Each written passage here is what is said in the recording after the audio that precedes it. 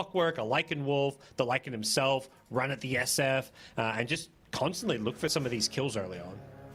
Yeah, get those picks. Right now, just a couple of wolves scouting a bear. The battle begins. It looks like a backstab from Boxy, trying to snipe a bounty rune, but he's met by Erica and Yang. So we will get 2 for 2 with the start of game 3 here. And again, it's time to decide who goes into that lower bracket final for a chance to go to TI. A VP already waiting for them. And a loss here, of course, means your road to TI ends. And once again, it's mid lane Matu in a elimination game. We saw it last game with a sniper, this time the lone druid. This is a mid matchup they were playing quite a lot in Texas at the Arlington Major. They loved playing this lone druid into Puck. That was back when Puck was considered like the most OP hero of the patch, and Liquid were willing to kind of leave it in the pool if it meant they could get a lone druid to send mid against it. Yeah, they were one of the key teams that were playing this kind of IO Marcy lone druid, which we saw from OG and LGD, really stacking auras and buffs onto the bear to make him a real potent threat. Yep. And Liquid, they did start with a tri-lane for the first wave or so, but now we will see, of course, Boxy moving back up to top to help out in his Shadow Fiend, leaving Insania down in the bottom lane again. Yeah, again, it's this, like, okay, we want to melee support with our ranged carry, and Boxy on Tusk, not Clockwork, but playing into just the Lycan, a single melee hero. Last time he had a really good game against Shaker as well as Primal Beast, so I don't think he's going to be in for as good of a time this game, but there's still a lot he can make happen. Absolutely. And just thinking back quickly to the final couple of picks, the Grim and the Puck, it really felt like you're looking at this potential for Beastmaster and Lone Druid. The other 3 heroes they picked had no wave clear whatsoever, so it was nice to see them grab a couple of heroes that can hold onto towers and shove back some of these summons that Liquid bring to the table. I think one of the interesting points is going to be like what kind of build Shadow Fiend goes for. If it is going to be right-click build, I mean the minus armor obviously is going to be a big part of maybe their strategy. But whether some of these mid SFs like what we've seen out of like GPK and stuff, and some of these other players has been more magic damage heavy. Oh, nice shards. They're going to get in on top of Frisk and find the first blood for Mickey. Yep. Boxy lets him have it. That's a nice little early pickup for Liquid. The laning stage has been such a key factor for both the 2 games so far. We've had 2 pretty one-sided games, and a big cause has just been one team coming out of the lanes with a pretty sizable advantage. Yeah, I kept flicking my eyes down bottom because every time I see down there, it's Yang with Battery Assault on top of Zai, and Erica spamming out these adaptive strikes, keeping Zai at bay. Well, Sanya, it's been a little more difficult for him because if he gets caught out with a Battery Assault, he could very likely die quickly. Yeah, he's got the Windlace to try and counteract that, giving up any little bit of extra movement speed, and you've got Zai pulling waves behind the tower, so mostly Liquid not really wanting to play this lane heads up. They're trying to manipulate that equilibrium to give themselves an advantage. Even starting to stack some camps there, Zai, with his boar just before it expires. And Erica farming behind his tier 1 on this Morphling. Looking pretty decent so far at 13-8, but it's these other lanes where Matu, 16-6, starting to demolish that Puck. And Sanya glimpsing Yang away. But yeah, also the Shadow Fiend, with that first blood and 20 last hits. He's cruising so far in his first 5 minutes. Yep. There's the early Bassi to kind of secure his lane just for that kind of casual Bassi mana regen, and it's a tough lane. All Lycan can really do is kind of sit up here and farm and try and just get some early levels. There's not really any way for them to make any kind of aggressive plays up here, and Frisk is just trying to play the creep equilibrium game. Keep the lane pushed back, go for some of these side pulls whenever possible. But he's the one who has to be super careful, much like Insania does down bottom. Yeah, not really looking for kill threat onto the SF or anything like that, even though he's got Inks well leveled up. And maybe put it on a Wolf, try and harass down the Shadow Fiend, but for now, Liquid going to bring Tusk into the top water rune, and Matu sends the bear bottom. Yep. They met XM at the top rune and managed to get the double rune out of it. They TP the bear. He just returns it back to the mid lane. So he's going to continue to just look to best this Puck in the last hit battle. Currently 8 denies to the Puck's 4 denies, and with a sizable CS advantage here.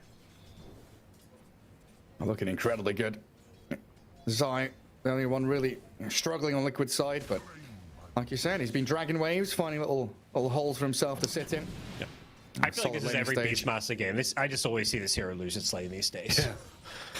It's like I might get my helm at 9 minutes if I'm very, very lucky and we kill them a bunch of times, but usually it's around 11, 12, and he's going to be aiming for. Yeah, and all these Beastmasters, they come back, they farm a couple jungle camps, they still get a good, they'll get their helm eventually, they'll push the tower.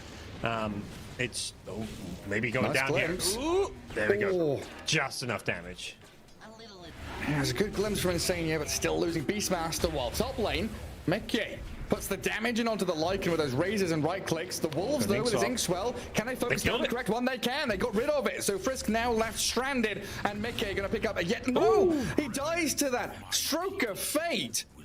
The Grim kills the SF, but they still lose 2 heroes top. Yeah.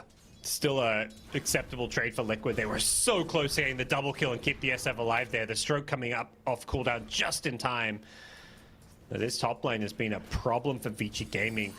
They have at least gotten some OKCS on the Lycan, but these kills that are going Liquid's way definitely pose a problem for them.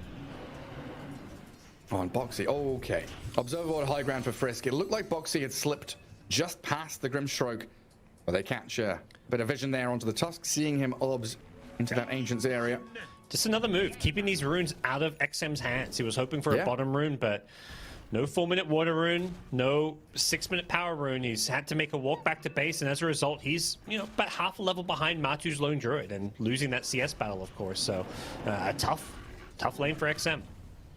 Right, so what's the kind of timing that Vici are looking for? Because Panel was saying late game they're going to look pretty good, but is there an earlier point at which they can fight back? I mean, it's going to be around this Puck Dreamcall, perhaps, or Lycan's level 6, but the Inkswell plus the Dreamcall are kind of their big early game tools. So I'm curious to see if these two supports kind of sync up. I think they want to bring the Clockwork with the Grimstroke if they want to kind of take some of these early fights and moves, which does mean leaving Erica alone, but I think one of the strengths of picking Morphling is that the idea is that you can leave him alone, and you'll give Zai some kind of catch-up space if he's playing just against solo Morphling, but it almost seems essential for Vici Gaming that they make some kind of gank-oriented plays, or this early game is going to, not go their way. Yeah, I mean, the reason I'm asking is usually with a Grimstroke, you've got partners, right, with the Soulbind. So when he hits 6, you've got double Doom or double Stuns. Here, double Adaptive Strike. They weren't really picking it for the Soulbind on this game. I guess they just saw a lot of value in the Inkswell. Plus, something you mentioned was just having some wave clear against this super heavy, push-oriented draft. So there is some utility that this Grimstroke brings to the table. There's a potential Ags later on if to put on the SF. So we'll see where he goes. Imagine if you could make an Ags version of the bear. That would be pretty handy. Here we go, top lane. There's the Inkswell, but doesn't even connect it. Mickey just walks away, but they didn't have a kill anyways. But this is the idea. You've got level 3 wolves now that are in Viz. You can put the Inkswell on them, but action mid. XM getting run at by the bear actually spends the coil. So Matu resummons, and it looks like El Doge going to go in towards Frisk. XM looking to get away with an orb off to the right-hand side, but the Grimstroke trapped under the grasps of the entangling claws, and a final touch from the bear will take him down. VG also brought in a Clockwork here to try and continue fighting. This is a bear resummon. If they can kill it, a massive victory for them, but there's just no way with the rest of Liquid arriving. Tusk and the Disruptor trying to keep Matu in fighting shape. Boxy with a nice snowball, and there are the claws, rooted up and entangling the Clockwork to take the second support kill. Yeah, Matu's just so strong at this point. You get the level 7 bear, and nobody wants to really go near him or fight him. You're, as a support, teeping into a Spirit Bear, you just get eaten alive. Phase Boots, Gloves of Haste, Orb of Corrosion.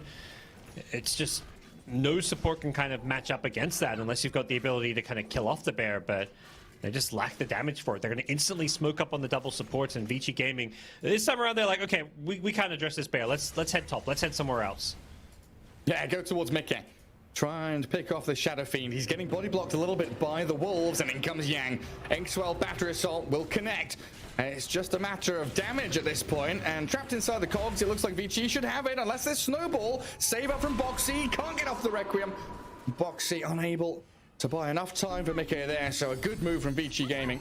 Yeah, very close to saving him with the Tusk CP in. If he gets that Requiem off, gets the fear out, maybe he can survive it, but a much needed kill for Vici Gaming in this early game, and now they've got the Lycan up to level 6. His helm coming out, so And this is kind of what Vici Gaming were waiting for, getting this Lycan level 6, playing around the Grimstroke Inkswell, and they're going to keep making these kind of aggressive plays with their supports as well as the Lycan and the Puck. Give Erica as much space as possible just to kind of farm and do his thing alone on the map. And a similar story with the Beastmaster. We're talking about his timings of the helm. Whoa. He went in. Just died. Yeah, waiting rift forward, I guess he... And Yang? If the claws land, oh no, he clawed the creep. It's still inside the cogs though, and the bear charging forward. Won't be able to catch up though. With the roar on Frisk, they'll switch targets. Go for the Grimstroke instead. Vici Gaming starting to fall apart a little bit here, 10 minutes in. Yeah, they've got serious Lone Druid problems. The Matu Lone Druid, such a classic for him, and in an elimination game, I mentioned going to the mid lane again, putting himself in the best position to control this game, and so far so good for the Lone Druid specialist. And XM comes in here, he orbs and then realizes his tower is forfeit. No way of defending it. Catapult wave utilized beautifully by Liquid, and now they can start transferring their efforts down to bottom.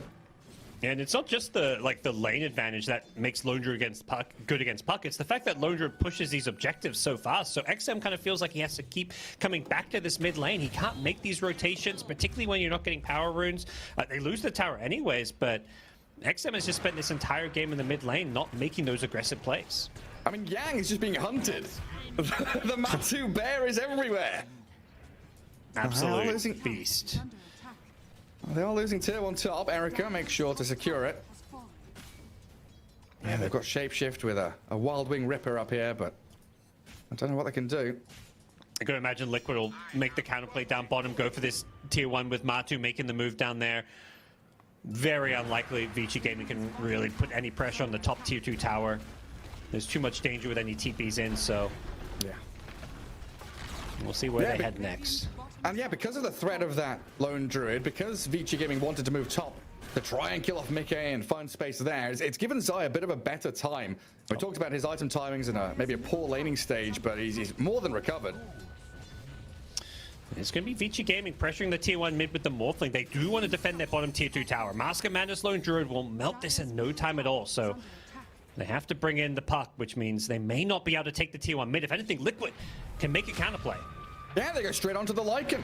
Oh, the Hurricane pushes back the bear. The Inkswell's there, but the shards are perfect from Boxy. Trapping in BAB, gets the TP as Frisk.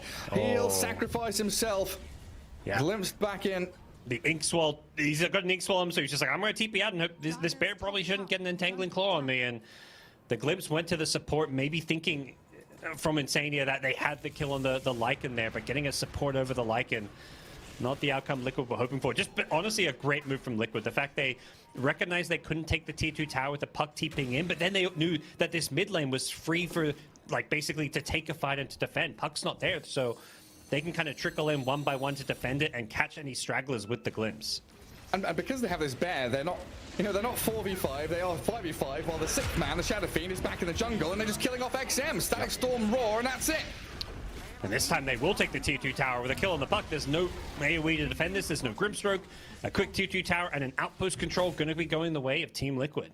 It just happens so quickly as well. Like, I'm looking at SF, he's farming Ancients. Suddenly they're killing a Puck down bottom with a swift move in. And it doesn't really feel like they've got super heavy reliance on long cooldown ultis. Static Storm, Roar, they'll be back up in a minute and a half. Yep. Oh, I agree. And I mean, for Vici, it just feels like they're going to be constantly in this like kind of 4v5 battles to defend towers if they ever happen, with Morphling always needing a bit more farm. Like, he's going to go for this fast Lincolns, but this doesn't really like allow him to suddenly be this big contributor to a team fight. He needs more than that. And on the Liquid side, you're going to have an SF who gets a fast BKB, and once level 15 comes in, presence affecting buildings, Liquid are going to be looking for like a Roshan into high ground push. Yeah, and that Lincolns doesn't save you against Static Storm, against the fear from Requiem. Still problems here for Erica to try and contend with in these team fights. Shapeshift just to escape here. Oh, wow. Run away quickly. Little Wolfie. And Liquid already amassing a 5k lead. 3-10. Vici Gaming, they need so much more time. Like, it's 14 minutes in, but it feels like Liquid, they're in their mid to late game already, right? They're ready to actually go and finish this game off in the next 5-10 minutes. They're not messing around. They're not looking for that, that classic game 3, 60 minutes. We've had 2 stomps either way. We're going to get a close game 3. They're looking to close this one out in 25 minutes. Like, they could go for Roche already, but they're kind of almost waiting for some of these, like, BKBs, because you don't want to it's almost like they don't want to get the Aegis too early. They want to be able to, like, go for high ground or something with it. Usually Roshan is more like a, second Roche go high ground, but considering the draft they've got, this could be a Roche #1 into high ground push. Yeah, very well could be. And Matu hungry to get to potentially his last TI. He gets into the pit with his bear. And Vici Gaming, they're smoking. Yang, BAB, and Frisk all together from the mid lane, but they're not heading towards the pit. They're angling for mid tier 1, or the Ancients, it looks like. As Liquid stalling their Roche take just to shove out that mid wave, trying to scout out and see where Vici Gaming are lurking. Yep, Yang has a hook shot, but I'd be surprised to see him go for this one. There's Zai positioned well to block it. Go on. Doesn't go for it in the end.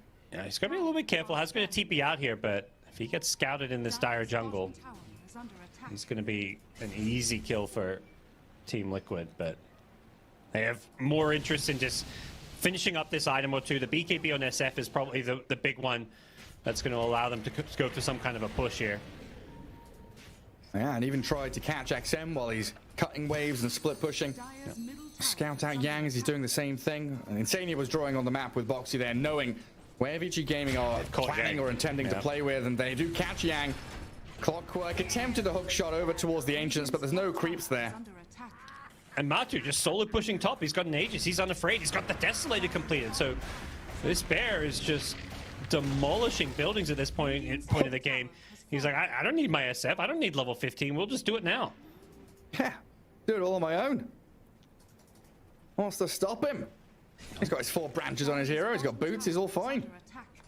Honestly, it just feels like Matu's just putting his... I mean, everyone's playing well on the Liquid side, but, like, he's just really stepped it up. He's making sure his team doesn't get knocked out, at least not in this best of 3.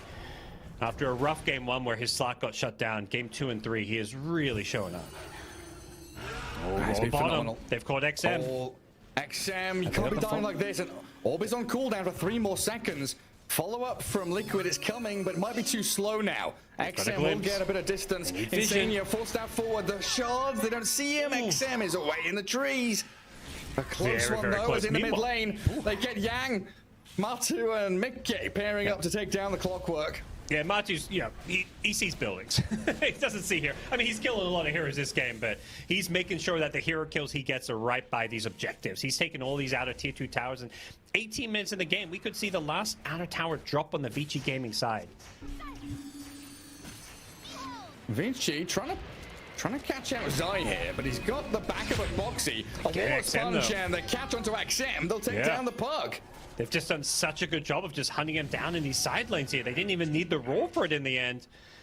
Blink Dagger's coming up soon on Boxy. He's actually taking over this bottom lane of farm, because now you're going to have a Blink Tusk to catch Puck as well. It's just such a hard game for XM to clear these creep waves, to cut waves, to stop the push from happening, and that's kind of his job. But when you're playing against Beastmaster Disruptor and now a Blink Tusk, it's almost suicidal to try and push out these waves.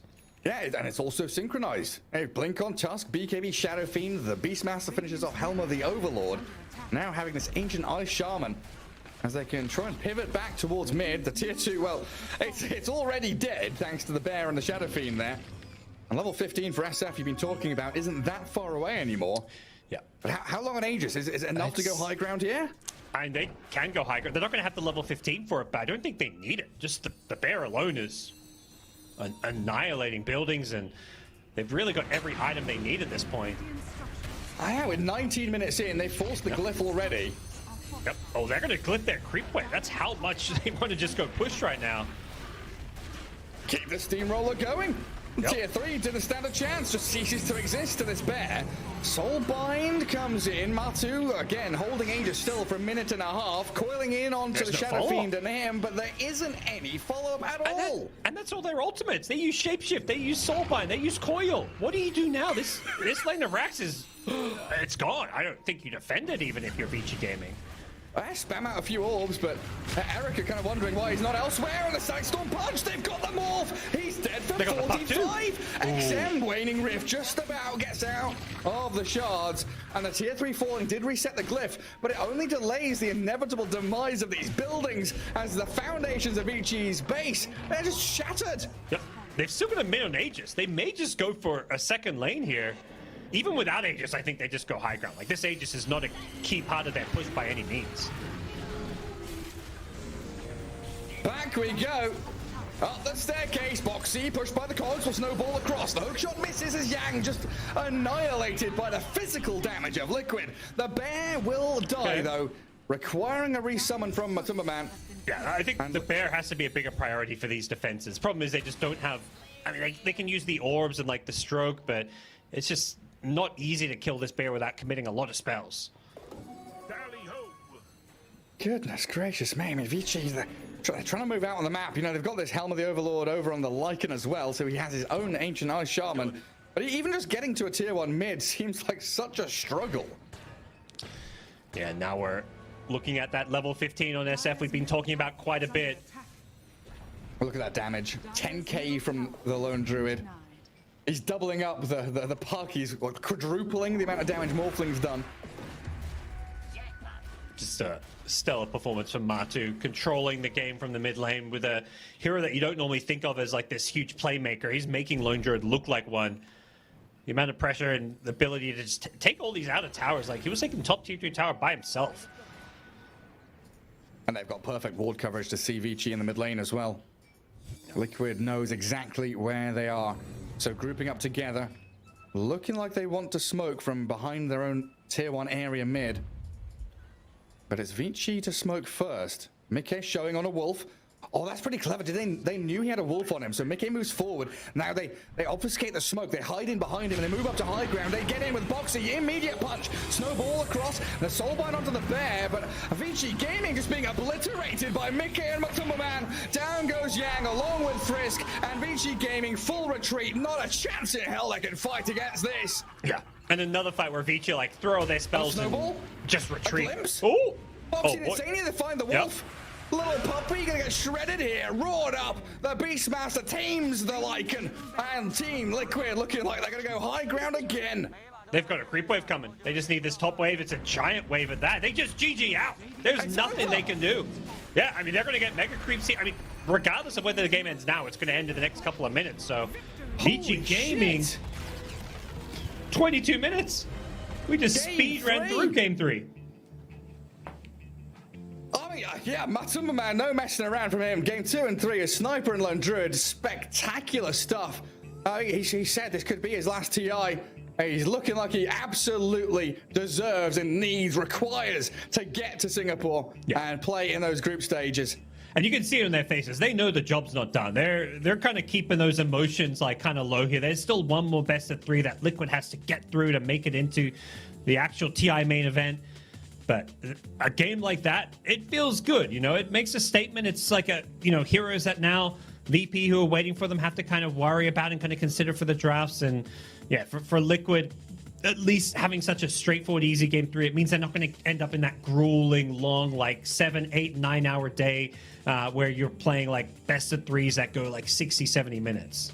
Yeah, lower bracket momentum. I think it was Fear saying that you've got that morale boost. A victory gives you that nice little platform to launch yourself into the next best of 3. As of course we do have that lower bracket final coming up a little bit later on today, where they will be facing off against Virtus Pro to see who goes along to the group stage for TI 2022. I mean, Gods, quickly, it's our last chance here. What are your expectations going into that next series? Oh, last time these two teams met, it was very close. Like, VP snuck out a win in 3 games. Liquid riding a high. I'm slightly leaning Liquid. I just think always that lower bracket team coming off of a win just has that kind of momentum advantage. And given how close it was last time, I'll give Liquid like 51-49, but I'm expecting 3 games again. Yeah, well, we'll see what happens there. Liquid, beautiful performance here. Vici Gaming, commiserations for them as the journey stops and halts. But we'll head back to the panel to see what they thought about this series and what's coming up next.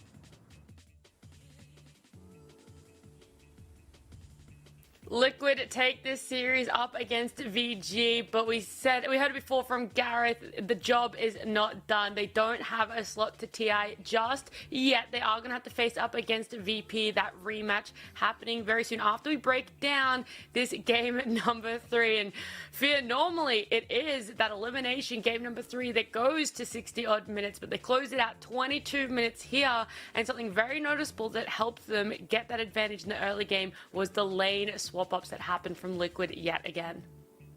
Yeah, I mean, 2 games in a row now, Matu ended up going mid with his carry, going against XM in both games. Just winning the lane handedly both times. And it's I don't know, it's so hard. Feels so bad for XM. Like, he's probably not used to these matchups, probably played against these really normal matchups all year long, and now he's going against Matu, who has like tons of experience playing these weird oddball matchups in the mid lane, and really just Liquid's like benefit here that they just get really good and really farmed Lone Druid in both games. And I really don't want to like spotlight it too much, but I kind of do at the same time. The Grimstroke, right? They did this meme play of putting make you do it.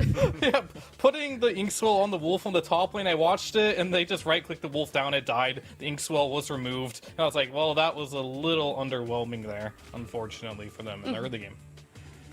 Yeah, I mean, Liquid even getting the first Aegis is at around 15 minutes. This game was truly theirs to just sort of steamroll. Kezu, anything else that, VG may have been able to do to prolong it, or you really are just all for the Liquid? I feel like they made it very hard for themselves, starting off with the lanes. Like, also in this clip, first the Puck TP's bottom, so he wants to defend the tower, but then Liquid counterplay the middle, they run bottom. Now Puck didn't get to kill any creeps, he's just sitting at his tower. Now he dies and still loses his tier 2.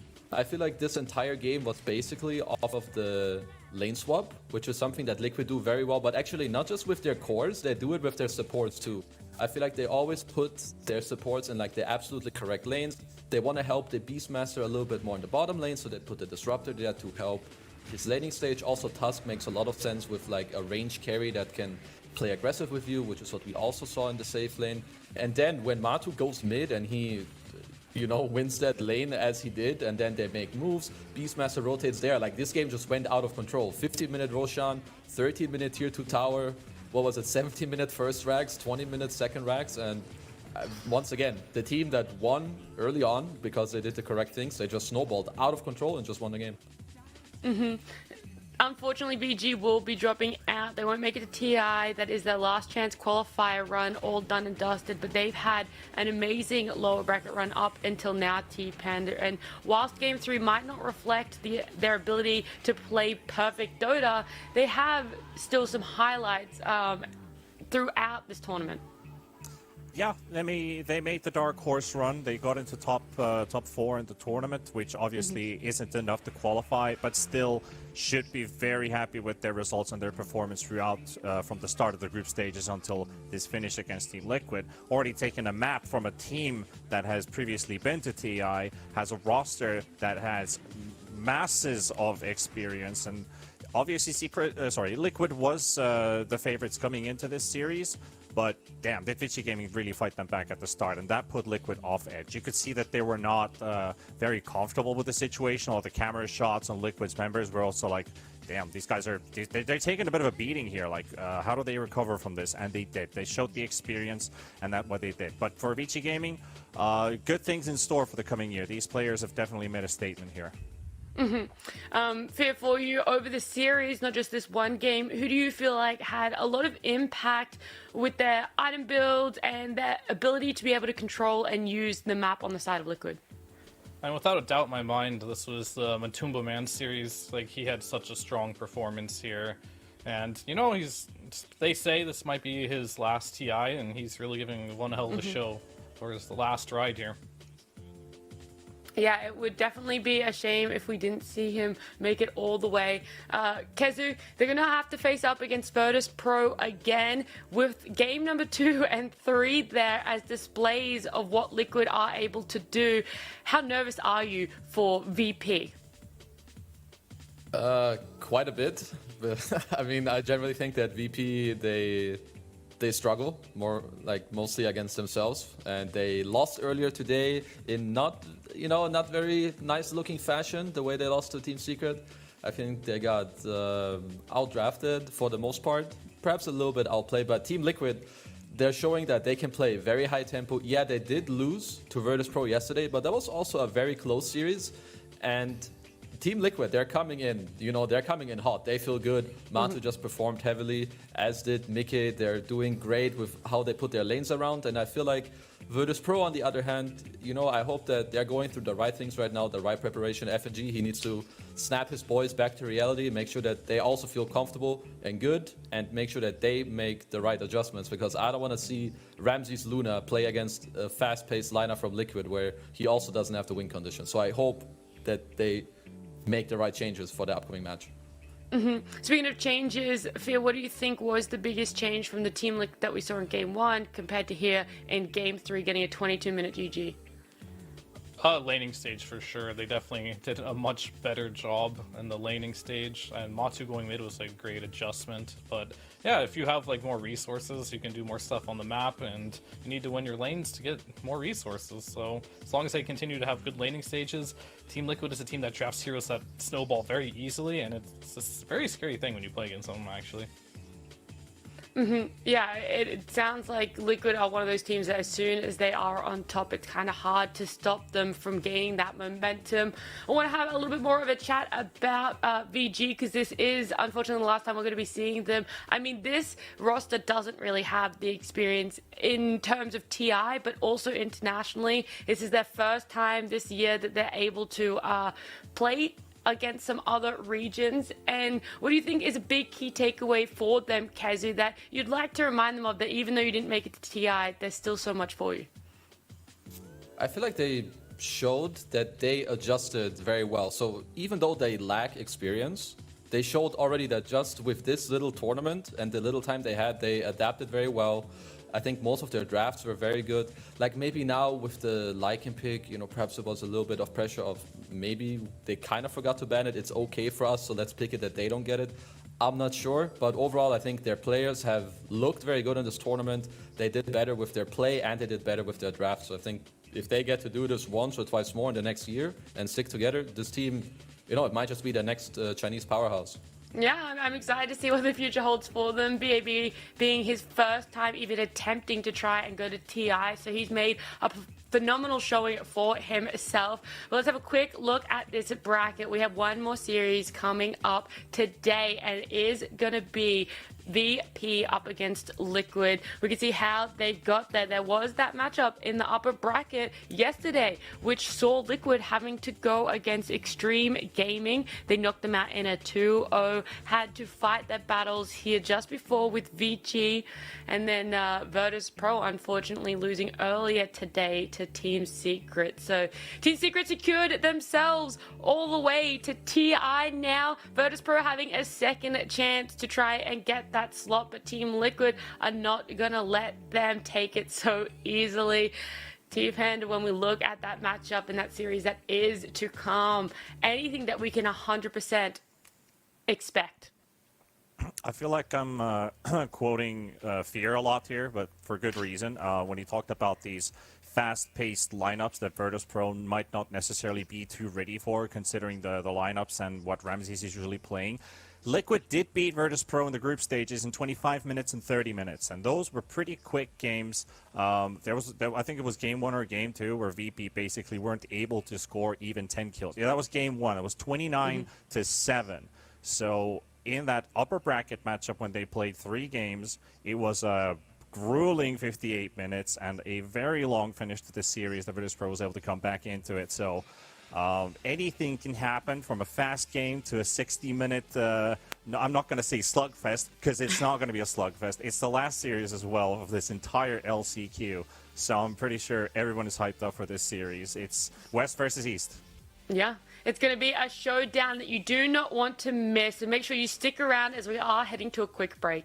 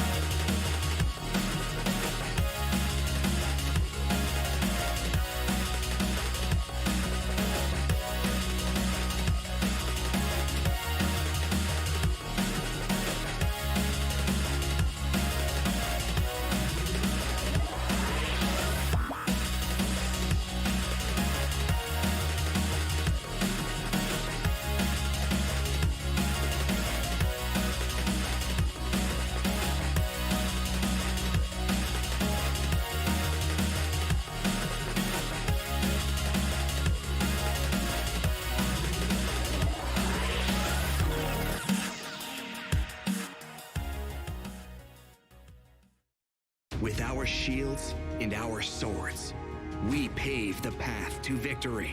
With our shields and our swords, we temper our courage. With our shields and our swords, we're making history. With those who make the game a reality, we're the vanguard. We're with the best. Let's raise our shields.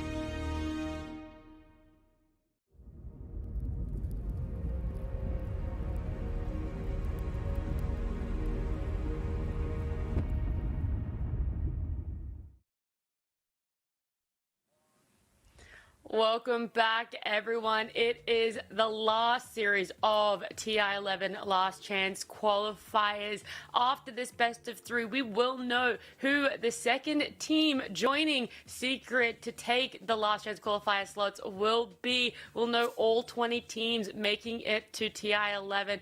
It's hype. It's going to be an insane series and matchup between VP and Liquid because they have faced off already once before in this bracket. They were in the upper bracket. They faced off our second longest series that we had here in this tournament.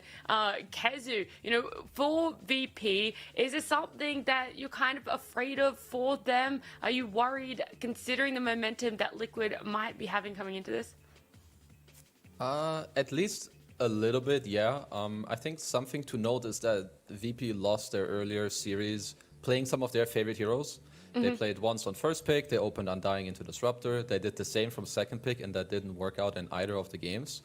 So in the next game, you will already see, if they open with those again, then they think that their issue was later down the draft, and if they skip those, then they're just like, yeah, okay, we want to step away from this and try something new.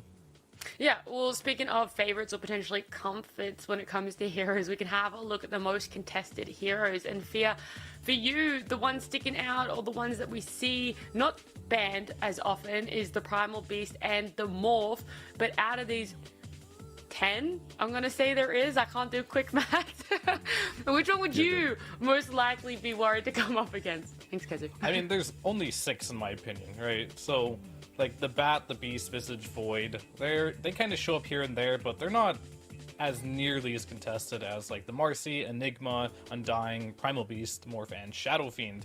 I'll first touch up on, like, Marcy. This is a hero that, like, yeah, I talk about how Primal Beast, Morph, how strong they are, but Marcy just doesn't seem like to even see the light of day, where I can even talk about this hero anymore. It's just permanently in the ban phase. Nobody's allowing it to get through, and I kind of just want to see another Marcy game, and things will evolve a bit where another hero will get shoved into that ban phase. Maybe in this upcoming series, we might see Disruptor or something make an appearance. Things like that, and we'll see more of these heroes kind of like show up into the game. But like, yeah, those 4 heroes right now, it's kind of just been just shuffling through them. Like, whatever doesn't get banned, the other team picks up. And it's only been Liquid so far for me that has been able to defeat some of these meta, while Liquid's kind of like on their own type of meta here. I mean, we could talk about ways to potentially counter those meta or contested heroes, but T-Panda, even though they might be the most contested, how are some of those heroes actually performing when it comes to win rate or certain lineups and combos? Well, there's a couple intriguing ones. Like, in general, when you look at, like, Marcy and Enigma, they are being banned 4 times more than they're being picked. So even if Marcy has been contested in 101 games, there's only 17 picks. But like Fear mentioned, the top 6 right there, they're all sitting on positive numbers. Marcy 76% win rate, Enigma 65, Morphling at 61. And from the bottom end of that graph with the 10 heroes, Batrider 10 picks, 40% win rate, and Faceless Void 11 games, 27% win rate, which is, it seems abysmal, even though we've seen Faceless Void being this kind of a threatening hero in so many matchups. But that win rate really doesn't speak for itself and doesn't necessarily tell the whole story. Yeah, I guess when Faceless Void does let through, it's still not the best matchup for him. Win rate not really converting to how contested he is. But Kezu, if we look at the ones that Fear really outlined, some of those main 4 that are standing out, how have you seen the meta evolved, and what sort of counters or ways have teams been figuring out how to deal with them? So I feel like teams have not figured out anything against Marcy and Enigma. Those heroes, they just seem way too strong. They pair really well in the meta. You can shove Enigma into any lane. You can build whatever items you want. I do think though the meta has definitely evolved into like you want these range carries that use the buffs very well. I think that's also a reason why Faceless Void maybe isn't as good. Faceless Void can kind of dumpster range carries, yes, but not when they're played on very high tempo and many buffs, because then you're a high cooldown hero that takes a while to get online, and you're not getting this time against good teams that play Lycan, Beastmaster, Visage, and they're running at you with a sniper. So I feel like in the next games to come, I feel like we're going to see a lot of fast-paced, mostly range cores. Well, Matu, he was a lot of people's MVP for that series that they just played up against VG, and he's going to be having, you know, I guess that later game matchup against VP's Carry, Ramsey's there. These are the hero pools that they have for the last chance qualifiers and what they have in common. When you see this, Fia, are you more impressed with what Matu's been able to pull out? Is that showcasing Liquid on their own meta, or does Ramsey's, do you feel, have a more solid idea? If you're just asking me what heroes I like more, definitely Matu's hero pool. Not a huge fan of the Troll Warlord or the Luna this patch. These kind of like stationary carries that get kited very easily. I guess I was kind of making a point of like some of these ranged carries, especially if they have a little bit of mobility, seem to just do a lot more damage in the team fights and a bit safer to play instead of like, I mean, Luna technically is a ranged hero, but she isn't that much of a ranged hero. She has a very short range and has no mobility whatsoever. Well, let's talk about this matchup a little bit more. I want to have a look at Liquid. You know, they had that momentum, having come back off, having that win for them just before against VG, even though it did go all the way to game 3. They have that experience to be able to manage some of their energy levels, but T-Panda, do you think the pressure is mounting onto them? You could say, yeah, you got to feel some kind of pressure, but I'm not sure if that's going to be the type of pressure that's going to crush you and prevent you from performing. It can be the good type of pressure, the type of, you know, like when you're, say, for someone who's going to school, for example, and like having an exam week or something like that. It might help you perform better, even though you feel like, I can't do this, like I can't manage. Players on the side of Team Liquid have probably been through this feeling over and over and over again from various tournaments, from previous TIs, from previous big prestige tournaments. Virtus Pro also has the same types of players, maybe a couple, like you could maybe say relatively newer guys, like maybe Hakoda and Yamich might be in that position where they might be they don't necessarily have that same type of experience on this situation, but everybody handles pressure differently. I guess, you know, we can see at the end of the series who really could handle their cold-headedness. Yeah, I mean, Hakoda, this is his first attempt at trying to make a TI, and he's done very phenomenal. Ramsey's actually being the most experienced on the team with 3 TI appearances under his belt. And we can have a look at Liquid, Kazu. I mean, they're a completely different ball game. This roster has some insane amount of experience on them. Yeah, I mean, I think that will also help them a lot with like the, you know, talking about the nerfs, because I can already say it doesn't matter how much experience you have. In this match that qualifies you to TI or not, you will have nerfs. You're gonna feel something, it doesn't matter what. It can be a little bit, and yeah, that can be good. And now I feel like that is it comes down to the individual, but it also comes down a lot to like the team atmosphere. What is your coach doing? You know, is it good vibes? Is it chill? Do you feel like your preparation is good? You just came off a win, that's the case for Liquid, so, you know, yay to them. They're most likely feeling good about it. They also just crushed. They played like all their like most based heroes. Matu lone through it. I'm sure we're gonna see it again in the next game, unless it's getting banned out, which, you know, pro tip to Virtus Pro, they need to pay attention to this lone druid. Well, we know that Liquid excel in that fast-paced sort of play style, but Fear, how are VP gonna have to, or how are they able to sort of counter and match up against that? Yeah, I mean, I think for VP, there's one player I want to spotlight after the last series, and it's gonna have to be GPK here. We all know he can talk the talk, but he's gonna have to walk the walk here, as in his last series, when he wasn't able not to get his Shadow Fiend or his Lina. He played a bit more space creation, and the Tusk and the Tiny. It felt a little flat in that series, and I think Liquid is going to target that, and they're going to make sure he has a little less of a comfortable game here, and that's an obstacle course I think VP is going to have to conquer. Also there we had Liquid on camera, and it's nice to see that everyone's there. We saw Blitz and Jerax as well, who we know are helping the team a lot. So I'm interested to see how they're able to sort of prepare for VP, flip the script from last time potentially. And in your eyes, T-Panda, what do VP really excel at that you hope they bring in this series? Now that you said you hope to see in this series, because I was about to bring up stacking, which is a pretty big number for Virtus Pro. They stack about 10 times per game, while Liquid takes only 5, and they play aggressive. And looking at, like, we've talked about the dialogue about Ramses and these farm-heavy heroes and how much they prioritize the game on him. And if Liquid figure out a way to keep the same type of pressure they've mounted on several teams before by just aggressively invading and taking away their space and, you know, maybe even stealing some stacks for themselves. But now you say hoping to see... I guess less stacking, more active gameplay. Look for those mid-gamey type of lineups where they're able to match up the aggression of Liquid. I guess that could be a tool for them, but that has to come from either Ramses with a bit of a shift to his hero pool. Maybe bring something different. Like we saw a couple of the teams play today. We've seen some Grimstrokes. We've seen some DPs. The heroes we don't usually get to see in these drafts. That might have a bit of an edge because it's something you weren't necessarily preparing exactly for. So it has a bit of a surprise factor to it.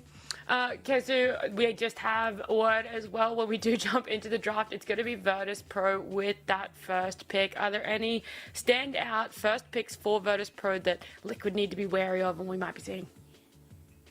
Well, I think you definitely want to make sure that the Marcy is not in the pool. Very likely the Enigma too, which then means, okay, maybe you have to deal with the Primal Beast, but I feel like Virtus Pro might be a little hesitant towards this hero. Then again, also similar with the Undying. They just lost with 2 of their most favorite heroes from first pick. So I feel like they should go with whatever makes them feel comfortable for the start. And to be fair, I could see Virtus Pro leave in the Shadow Fiend just to get their hands on the GPK Lina on the closing pick of the first phase.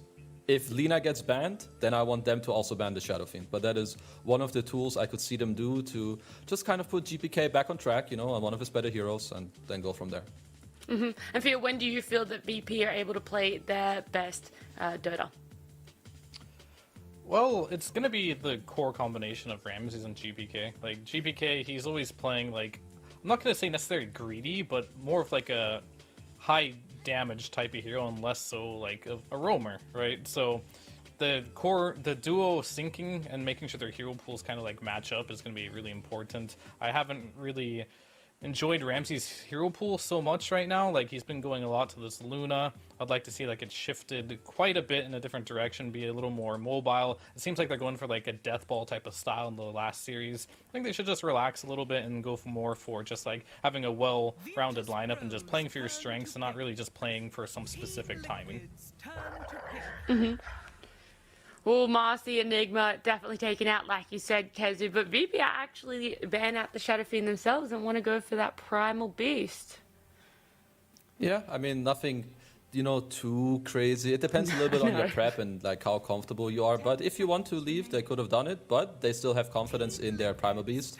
Probably feel like, yeah, you know, the hero was not the problem. It was good.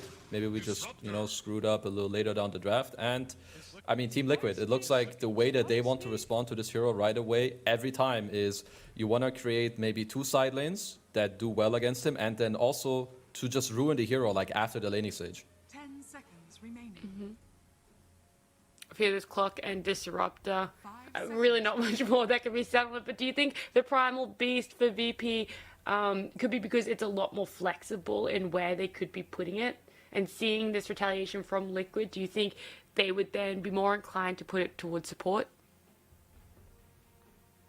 Potentially. VP has played it in 3 different roles. It's mid, off lane, and the +4 support. So you're going with the basics of phase 1 drafting. You know, keep a bit of a flex open. You don't have to lock it in anywhere specific. If you look at a support Primal Beast, I feel like the biggest impact has come from the mid lane Primal Beast, which we've seen various mid players utilize in the last, not just this tournament, but in the last month or so, where they can make a lot happen, get that early BKB timer, and you are pretty much unstoppable. But we did see that this Clockwork did fit in pretty nicely against the Beast, so maybe they want to still ponder their options here. Like, do we decide to put it into the off lane, get ourselves a good side lane matchup for ourselves, because laning efficiency has really been key this tournament.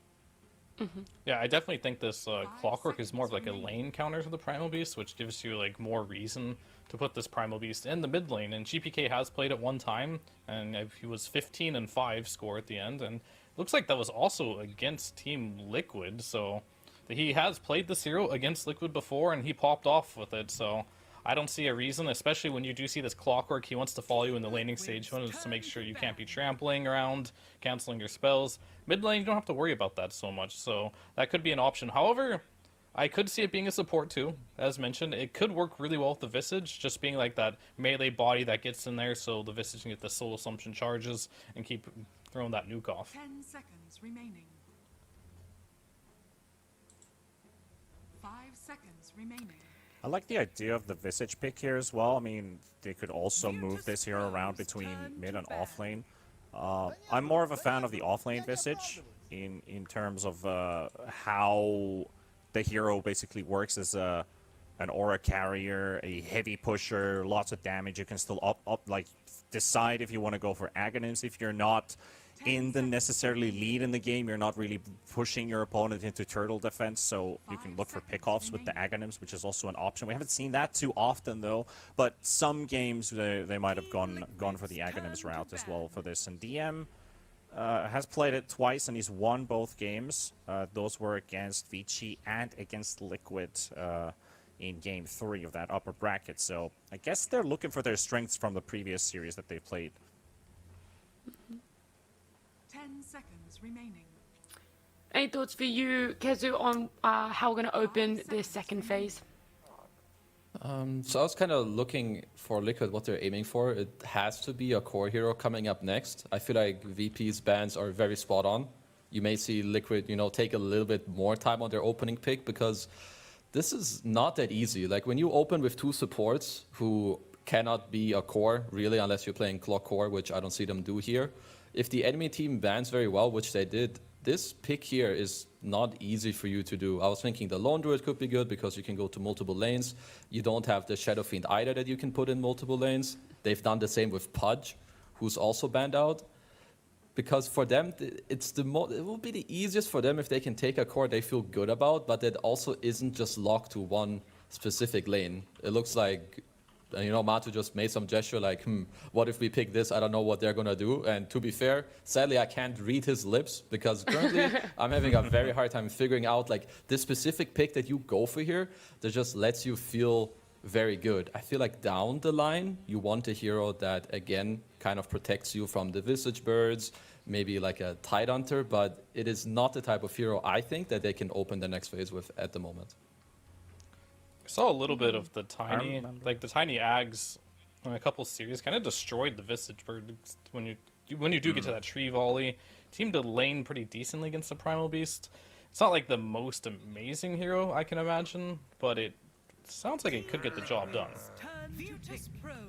Could, yeah. I mean, we touched upon the topic of Sven a couple of times. Sven is also really good against the Visage, but I do like the idea that they're bringing up the Tiny with that Daedalus build up, Aghanims on top of that, just smashing his way not only for heroes, but also the split push potential is quickly diminished, which is also a strength that VP could possibly utilize, but they're going to go for the Pango instead for Liquid to start things off with. And I've only seen Mickey play Pango in the team so far, but he's also won both games. So there's a lot of 100%ers that we've seen today, and some of them has just fallen flat. So I feel like this is a pretty decent Pango game by the looks of it.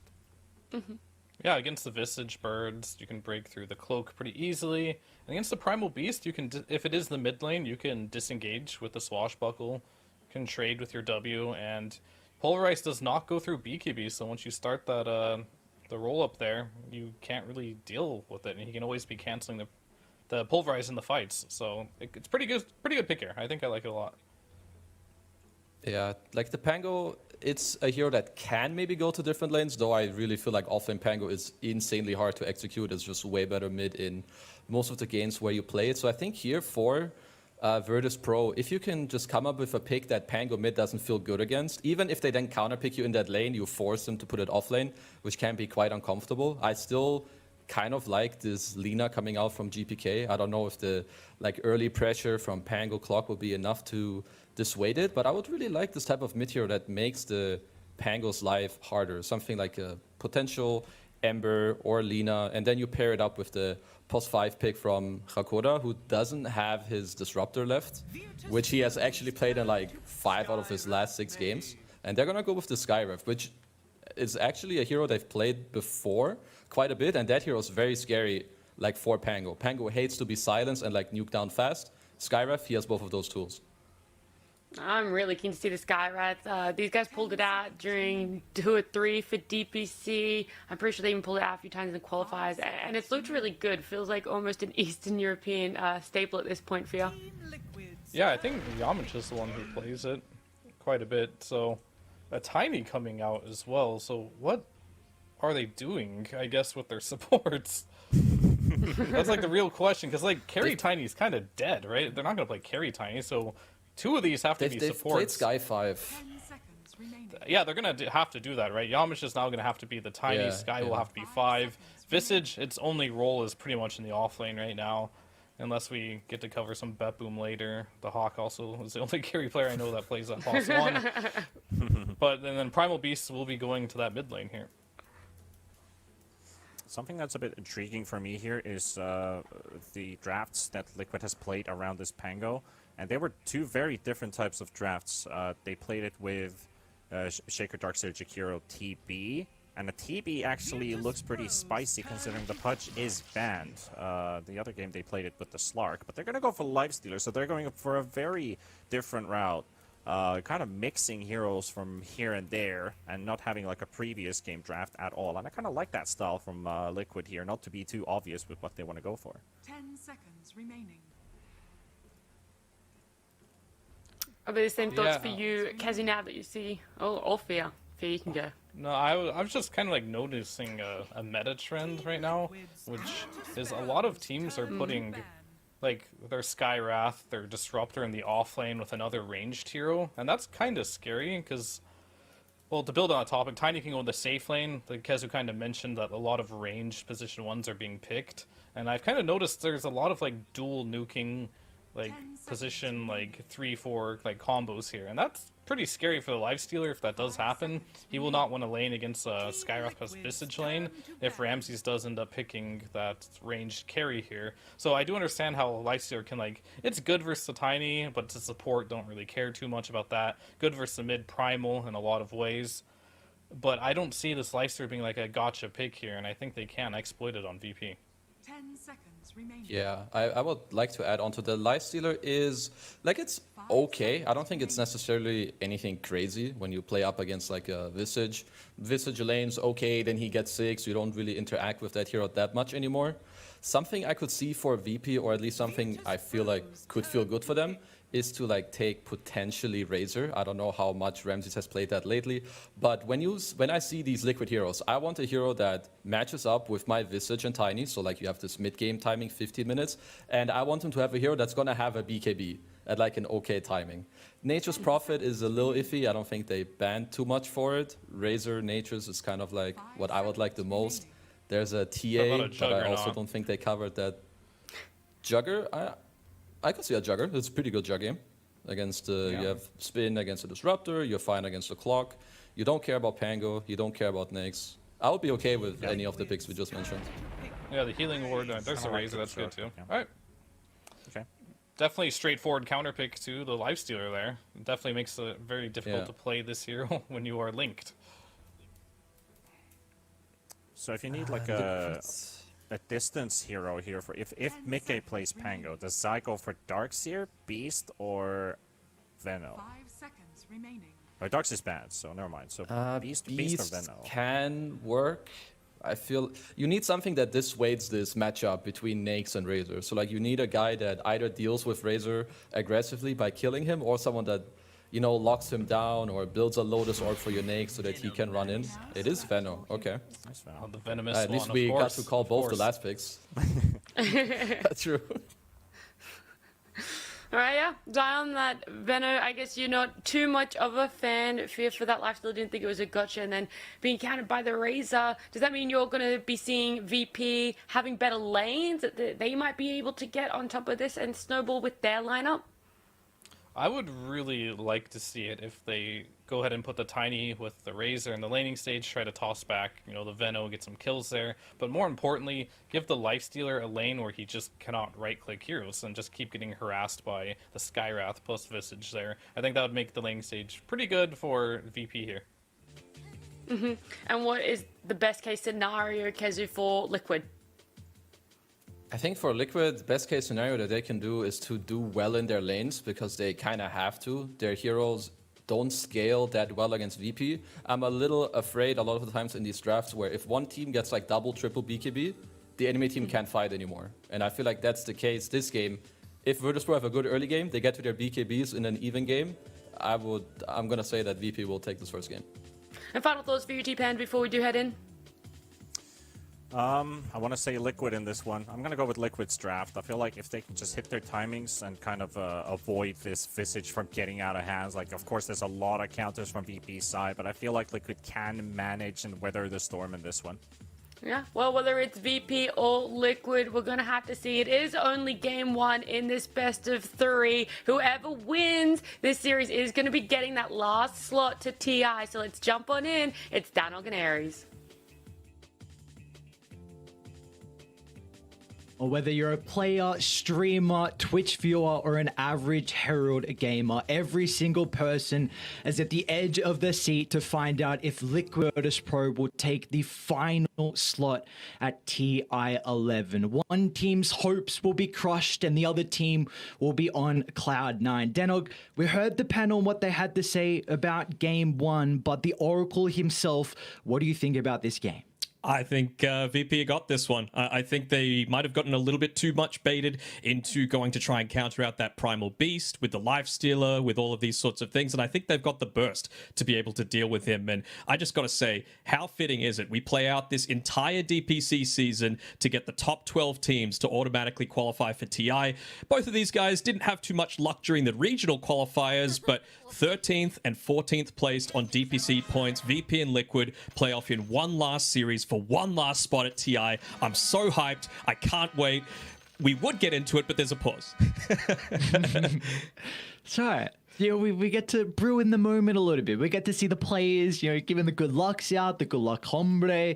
We see a little bit of issues with some hotkeys as well. It's okay. It's fine. It's just setting us up for a beautiful game one. Of course, this is the rematch as well, isn't it, Denog? This is the rematch between these two teams. We saw Liquid. They were knocked down to the lower bracket previously. Virtus.pro were able to beat them. Sorry, I got to cut you off. Yeah. Look at this all chat, man. That's what we got to be talking about. How's your day? Oh, it's not going too bad. He's like, well, ask me in 3 hours, and then GPK says, well, it's maybe going to be 2 hours. Let's see if it's going to be a 2-0 or not. But I really like the way that VP drafted this time around. Where we've seen Liquid look super strong is when they're able to push and be aggressive early on. Just between these two teams in particular, VP, when they win their games, they win it 11.5 minutes slower than Liquid does. Liquid are trying to close it out in the 30 to 35 minute mark. VP, they're happy with 40 to 45. So the fact that they got rid of these heroes like the Shadow Fiend, the Enigma, lots of these very fast pushing ones, Lone Druid was dissuaded away from as well. I think VP are going to be very happy with this, and like as you mentioned with that Razor pick, there's nowhere else a Lifestealer can go, so they're very happy to have that direct counter there.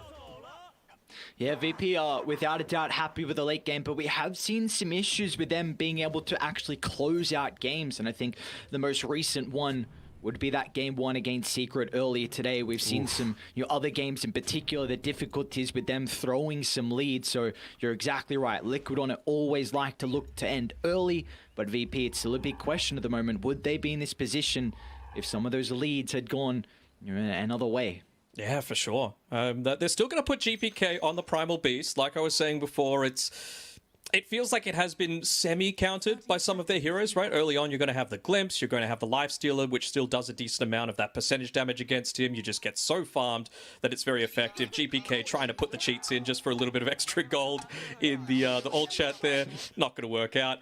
The other interesting thing is that this is only the second Skywrath mage pick of the entire tournament. The other team that did it was Infamous against Extreme Gaming. They lost, unfortunately. So to bring out in this last series of the Last Chance qualifiers a hero with 0% win rate, it's a ballsy one, but we'll see if it ends up working out. They're actually going to put the two ranged up top here as well, DM and Hakoda, and maybe just looking to really emphasize that Ramses has a solid start to this game on the Razor with the toss back on Yamich and be able to secure some of that early gold so that the Lifestealer isn't as much of a threat once the lanes start to dissolve and we get into the mid game. Do we feel like there's either side that, with how the lanes are set up at the moment, are going to be a little bit more favorable to come out on top with a slight advantage here? It just depends on how this first blood goes in my eyes, right? You're going to have a lot of damage being spammed out onto this top side of the map. Disruptor, not really one of those heroes that likes to go into something like the headdress, so you might be able to spam him out, but Insania, he's got the two sets of tangos to be able to start with, so he just realizes that he needs to constantly be putting pressure on, preventing DM and Hakoda from putting a lot of pressure onto Matumba Man, because, you know, like I was saying before, Ramses needs a good start. If Matu could stay a little bit ahead of the Razor, maybe the tempo is just going to be a bit too much. Yeah, always concerns with the lifesteal if you do get shoved out into the jungle. It's a hero that is very self-sufficient, unable to catch up too easily. But we see pretty much every lane at the moment, just abilities being spammed out, trying to edge out that little victory here, trying to get the resources low on the other side. Big thing that I'm looking at is this level 2 at bottom. Yeah, Boxy's doing a really good job, but he's not going to have that freedom to consistently walk on forward, especially with the wave sitting underneath the tower. If he does this once Yamich is level 2, maybe you get that toss back and you're able to get that early kill. They might go now. Yeah, Zai just missed. hit level 2, but they were just off the mark. Not quite yet level 2 just yet. There's a creep that's about to die, and it was actually the range creep, so they might have been able to secure that one if they just waited that little bit longer, but both teams, some of the nerves starting to get to them. Couple of first bloods being missed out on.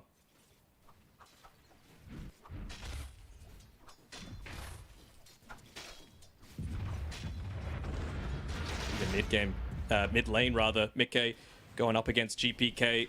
Yeah, Pango, probably one of the better heroes to be able to lane against the Primal Beast. You've got plenty of abilities that allow you to soak up some damage. Once he levels up the Swashbuckle a little bit more, he's going to be able to be not so worried about the trample affecting him. Just be able to create that little bit of a gap.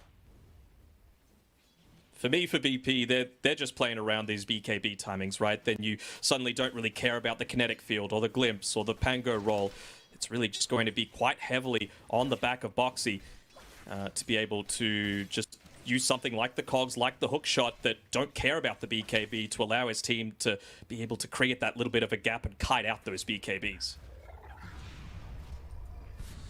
So far, it looks like the lane's going pretty well from either side. Visage struggling at the moment on DM. This is a hero that can have some difficulties. I mean, level 1, very, very strong, but with the other levels in the lane, you can feel a little bit awkward here. So 9 last hits for DM. Insanya's done a very good job to continue to have the creep near clear of him. Oh, look at this. Look at this. Up top, GPK. He's already making the move. This is what we saw Topson do in T1 Nice series. Yeah, and they scan out the movement entirely. He pushed the wave under the tower. They're going to look to position themselves really defensively. Look at the aggressive glyph. But Tumberman's in trouble. A glyph to not help out. GPK, nice attempt. It was a glimpse to try and send him away. But the aggressive one from Virtus Pro, a great maneuver, even though the scan connected from Liquid. Yeah, they did almost everything right there on Liquid. Maybe just not able to pop that rage quite quickly enough. I didn't see if it was on cooldown or not, but yeah, that's a big win coming through from VP, especially giving it over to DM, like you were mentioning. Didn't have the greatest net worth in the laning phase. Down actually top. Yeah, Matumba and Insania hit back instantly. Yakoda will get a trade. It's a big kill though for at least Liquid to find, kind of stabilizing that previous death. Yeah, for sure. But you still get the experience. You're still up to level 3 now on DM. And of course, he's the one that's going to start to put a bit more pressure on. This is probably a much faster draft than that VP are used to playing, just because they don't have to contend with defending against Liquids. They can play the game much more on their tempo, I feel. Do we feel like a lot of the tempo is going to come out from GPK and then like early on until we get some of the timings out of DM? Yeah, absolutely. They also mentioned T-Panda during the panel that VP, they're a very stack-heavy lineup. And, well, the Razor, one of the better heroes at being able to take those. You know, you stack up the jungle, even the Radiant one, you can take multiple stacks at the same time, accelerate your net worth, and look to pick up that early-ish BKB because, yeah, like you were saying before, GPK, he's the one that's going to be rotating towards the Visagers lane, open up the map by taking some of those towers. I think it's going to come down to Liquid and how they can start to set up some of their wards to be able to scout out GPK. Already seen him try and make one move across the map, and closing on that level 6 is going to further enable that. So they don't have the greatest wards at the moment. Liquid will need to consider shortly as well, and well, even Virtus Pro as well, considering GPK has a bottle. So I think this next power rune, the first one of the game, is going to be a really big moment here in game 1. Yeah, Liquid have already got some of the wards set up for it. The one placed down by Boxy in the bottom lane, securing that one a little bit. Again, it really doesn't matter where DM makes the where GPK makes the rotation to. Top side now, Bottom, you might they're going on Ramses. Okay. The Gala Box is going to try and step in. They do a pretty decent job to break the static link. Not a whole lot of damage that Ramses been able to soak up. Looks like they're still trying to enter though. Yamich gets the avalanche. Will be okay. His Box is going to push Ramses away. Another Meanwhile, kill. top lane though, DM brings down Matumba, man. Insania is able to keep back, but not getting the core trade onto Visage is really going to continue to hurt the game of the Lifestealer. Oh, and look at this. They're talking about those power runes. He's level 6 on GPK, making the rotation up with his ultimate. Oh, Psycho stealing. There's the plasma into the tree throw from Yamich. They're doing everything Ramses so might be well. traced to the tree line. Avalanche going to be able to cover the retreat. Beautifully done from Yamich as Ramses can step out of danger. They spotted out GPK's movement with this sentry ward, just preventing the small camp from being blocked. So Matu's not going to chain feed up here. It was very important that just a simple ward could have potentially changed the outcome of this game. The siege creep is up on the top side. DM's about to hit onto level 6. So GPK, he wants to stay up top, but Mike, wisely enough, he's keeping that mid lane shoved in as much as possible. So a little bit of information now for Virtus Pro to play with. Boxy tried to TP to the tier 2 tower to try and get the gold, or I should say mainly the experience from Yamich denying. So the fact that Clockwork will not be able to rotate now might enable GPK once again to think about making a play top. The question is, what can Mike do in the meantime? He's actually going to be the one to make the first move. He's got level 7, Rolling Thunder being popped. They want to take out DM. They'll be able to do just that. Mickey can bounce back off the tree. Insania will be able to keep his own life. Not enough damage coming out from the Soul Assumption, so beautifully done. Mickey, a big kill for them to be able to find top lane. Gives a bit of a full free wave here for Matumba Man. It does, but it gives GPK a way to be able to shove the lane in mid as well. So he does that. That was the flag bearer creep as well, just going down. So losing out a little bit on that net worth, essentially doing what Mickey just did to him with pushing the wave in. Radiant tier 1 mid, already sitting at half HP. So, I mean, it's so close. Tiny little changes like that sentry ward, if it wasn't up top to scout out GPK's movement. Sure, Mickey would have been able to get the same amount done in the mid lane, but Matu probably would have died. Would have had to make that walk of shame back, maybe even go back into the jungle, which, as we've been saying, Lifestealers really don't want to do. 50-50 goes Mickey's way. Gets a regen. Nothing too crazy. Will help with the farm. A little bit lucky considering GPK had the ultimate advantage. So there was no battle going on though. Matu. You see though these observer wards. He's getting run out a little bit. You've got the familiars available. Coda. The Ancient Seal, yeah, might catch him off guard. Matu's in trouble. Familiar Sunge the second. The damage is not enough. A really nice attempt from Virtus Pro. The Ancient Seal is always going to prove to be an issue here for the Lifesteal as the game continues on. His bottom lane. Ramses inside the cogs at the moment. Zaya making sure he plays his distance, not trying to give it an easy static link target. Ramses now forced to try and move over to the Clockwork. A beautiful toss under the tower. Box is in trouble. They'll be able to secure the kill. Zaya, first ultimate of the game, should bring down Ramses. A TP to base. I don't think he's going to take it out. Ramses pops the Fairy Fire. He's got the raindrop as well. Meanwhile, top lane, the action continues as Mickey. Another rotation with the Rolling Thunder. They'll get the kill onto Hakoda. And he's just a little bit short on mana on GPK. You could tell he wants to up the tempo. He wants to create a lot of pressure for this Lifestealer. But some of these movements really haven't been working out, and Liquid are taking advantage of it. Previously, there were multiple lanes going in Virtus Pro's favor. Not so much anymore. And Matu's second in net worth, considering these 2 early deaths that we saw in the lane. So have to be very happy with Liquid. Insania's very close to level 6 as well, so this could give him a free pick off across the map. And Matu, he hasn't fully retreated back into, the depths of the jungle. He's looking to make sure that he's thereabouts. If he wants to be able to connect through onto that tier 1 tower to defend it like he had previously, then that really does slow down a lot of where Virtus.pro were able to get that farm, because you have to remember they've got a Tiny that they're playing with. Yamich, he just makes a stack inside of the Radiant jungle, and he wants to make sure that he can sit in a lane that's, perhaps a little bit greedier, but enabled, because Virtus.pro's cores might be able to farm that couple of extra jungle camps that happen as soon as you take down one of these towers. That Blink Dagger timing, incredibly important for a support Ramses might be in trouble here at the jungle.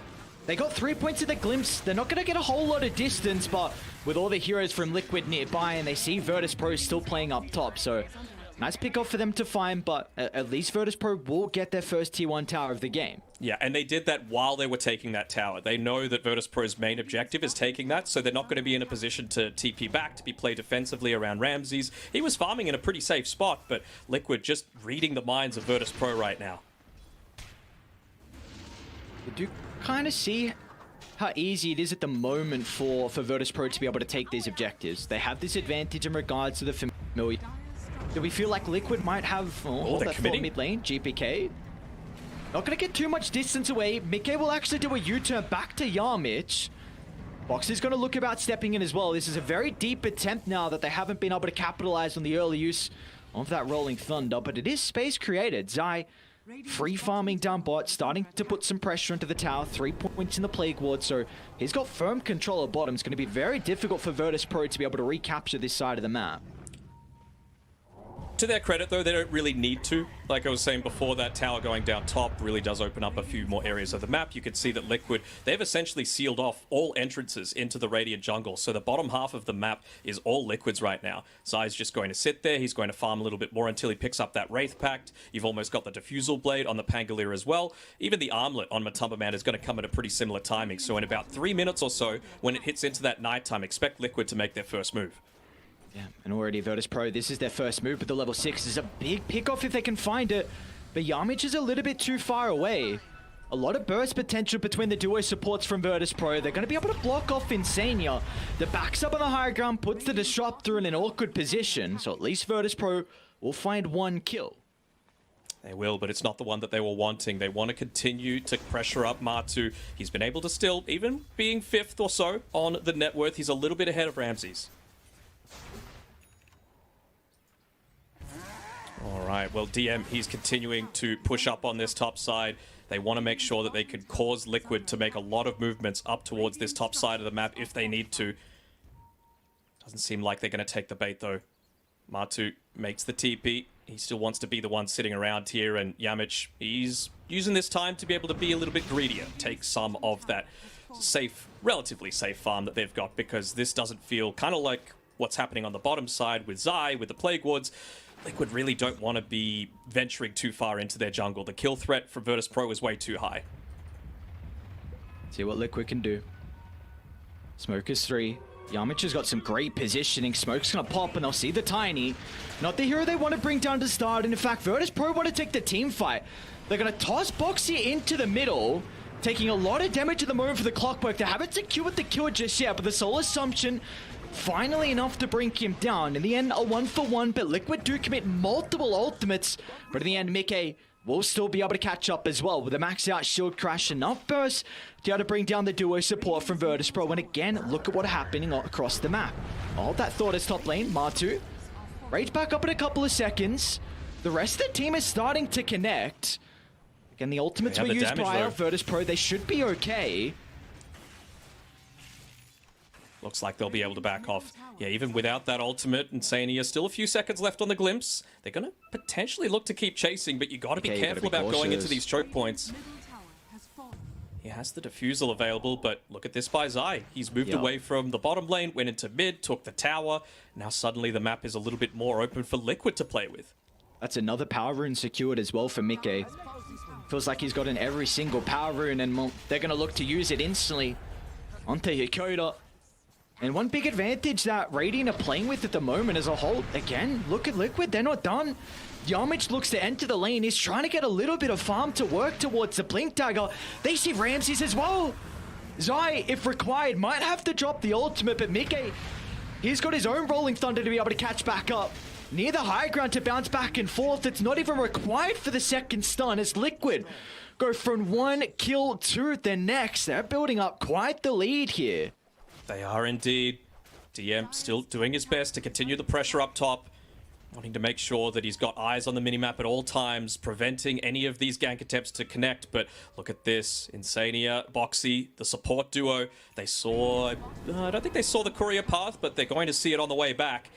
They'll be able to connect through onto DM. They realize he is the one creating the only tempo this game. Any TP's coming up. Nice scan. Being able to catch out perhaps anyone else that's sticking by. Oh, no! Alright, look at the static storm down at least. A little bit awkward with a hook shot. But there's no way for DM to make it out, so he'll still end up going down nonetheless, even with a little bit of miscommunication. A little bit of extra gold for Insania as well. We've seen how important those disruptors, if they could get into their Aghanim Scepter, it can be. So he's been involved in a fair few kills so far, able to secure that familiar. So looking pretty decent so far for the man. Of course, very important for him to get into the 4-star for this game, though, just to be able to get that extra distance away from the Razor, the Mystic Flare, the Primal Beast. Movement is key for Liquid. Holy. Radiant's top tower is under They're trying to bait out Ramses. Look at the support duo on VP this time. They're like, well, you could make a play on one of our cores. We could try and do the same, but Liquid, they don't take it. They realize that, you know, they've been a few too many heroes off the map for too long, so we're just going to sit back, relax, let us play our timing. We've got the diffusal blade. Now we can make our They've got move. the Infest Bomb. They see Ramses. Ancient Seal is going to buy him some time. The Tumperman's going to continue to move on forward. They've got the vision for the glimpse to cancel the TP. And now Ramses, oh, he's going to be caught out. No escape for the Razor. The prize target once again for Liquid, as they're going to continue to slow down the game from Virtus Pro. Immediately the line's drawn on the map as well, saying, look, I might have died, but they committed a lot to be able to make that happen. Rolling Thunder coming through, Infest Bomb not available anymore. And would you have a look at this? Look how early he bought the Aghanim Shard as well. The Lifestealer, open wounds, already picked up here. He wants to be able to go man mode against these heroes like the Razor, for example, and still actually do something against a lot of that damage that might be static linked off.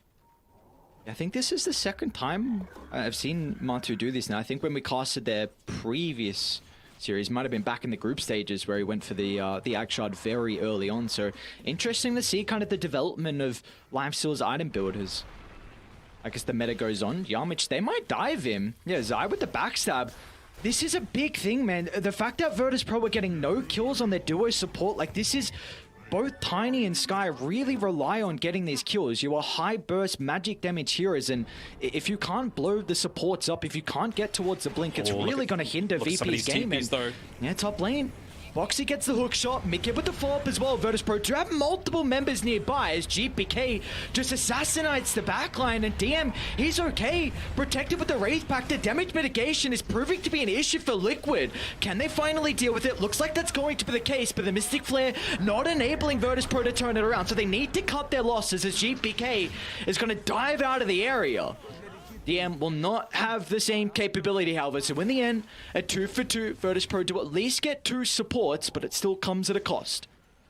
Yeah, I think that's actually a pretty big win for Liquid as well. Not just necessarily because of that core and support trade, but Yamich, he thought that fight was going to go on a little bit longer, so he commits his TP onto the Tier 1 top. There was, I believe, 2 waves hitting into the Tier 2 bottom at the time, and if he went down there instead, he would have been able to spend that time farming up the remaining parts of his Blink Dagger. He might still be able to with this, but you mentioned before that they've got this kill support duo with Yamich as well as Hakoda. That Blink Dagger is a big part of that. I think as the game goes on, it's going to really prove to be an issue with this Wraith Pack. We just see how tanky DM is in through that little skirmish there. And I mean, he's even got the hood working on the pipe next item as well. So Liquid may have some difficulties with being able to blow up the Visage. And I think this is probably the big timing key now for BP.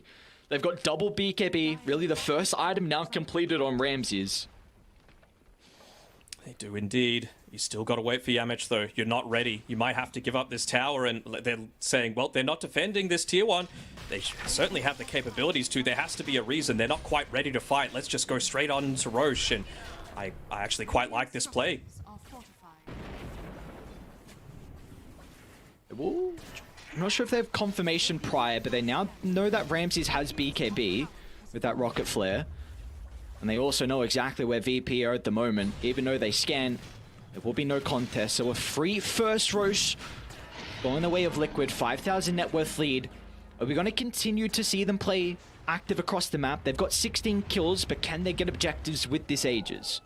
I think it's important for them to play active, but they got to play active onto the right heroes, right? You mentioned before that BKB on Ramses makes him a lot more tanky for a lot of these engagements happening, particularly coming through from Zai as well as Mickey.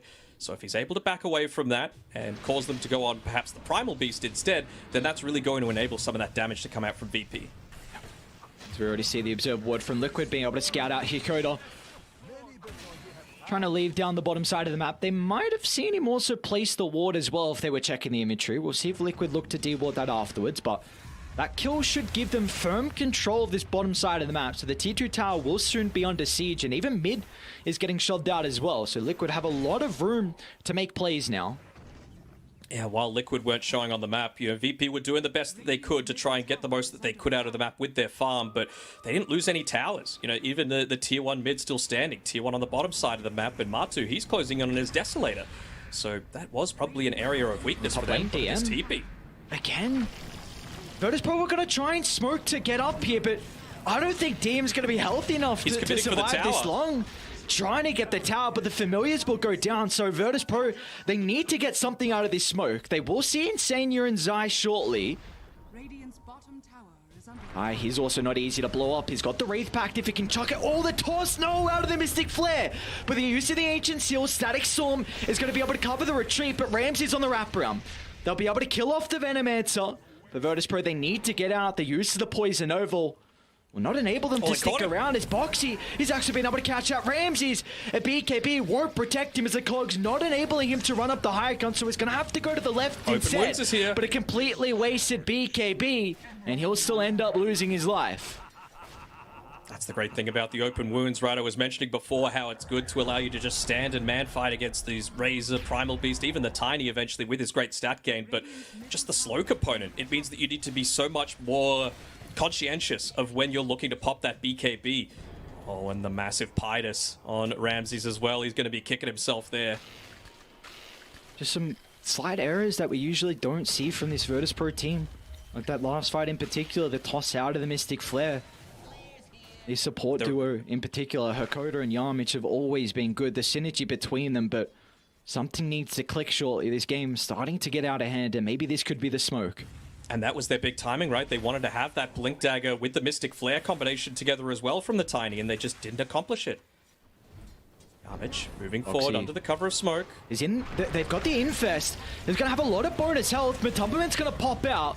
A 1-for-1 to start, but they're in trouble now, Virtus Pro. The Delta split comes through, but DM's going to be glimpsed back into the middle. Matumbaman won't have a stun to be able to cancel the Visage TP, so DM will be able to escape. Meanwhile, back up to the left side, Mickey, a solo use of the Rolling Thunder has been able to isolate Yarmich on the Tiny. So Liquid in the end will be able to find two, but they've also caught out GPK. It's got a BKB to work with if required. They're going to drag it back into the Static Storm. There's not much GPK can do to play this one aggressively. He's going to try and trample away, but the bashes are there, making sure there will be no opportunity as Matumbaman can close the distance and get the right clicks going. It's just those little bit of things of coordination, right? He pops the BKB and runs away from Ramses that had commit forward with the static link. He wanted to be able to help out his teammate, but you can't do that if you're just going to instantly cause the link to break. Look at that range on the open words. It's kind of nutty. For VP, I think it needs to be a toss into Ancient Seal if they're really going to start the fight. Oh, yeah. I mean, they're somewhat rattled. Oh, there we go. Okay. 3 Aegis claimed. They aren't all here at the moment. Boxy's still going to look to hookshot under the T2 tower. They've been able to kite the Mystic Flare as well, which is a lot of the initial damage from Virtus Pro. The Infest is going to be enough to secure the kill, and also doesn't put Matumbaman in a compromised position. Meanwhile, though, Zai is under the ward and the creeps as well. Instant use of the Wraith Pact. He's been able to break the static link, and now with the Rolling Thunder. Okay, actually, not used from Mickey. Charge it up. Threatening from Virtus Pro. Yeah, he wants to. He wants to create space to the left-hand side of this tier 2 tower, so that's going to go down. Zai did a Ramses might great go job. down here. They got Swashbuckle back up. Is Mickey going to go for it? Oh, so close. I think some of the last little ticks weren't there with a Swashbuckle. Agonizingly close, man. This is looking real good for Liquid so far. I mean, the amount of times that they made that attempt up top with the tier 2 tower, it felt like DM was up there 5 separate times just trying to take that, and Liquid just had their minds on the amount of time that it would take for them to achieve an objective, get a gank, and go back and prevent VP from opening up the map. Even with that tier 2 tower taken, they haven't left their side of the map, so they haven't actually achieved anything. They haven't gotten the rewards for that tower that they committed so much for.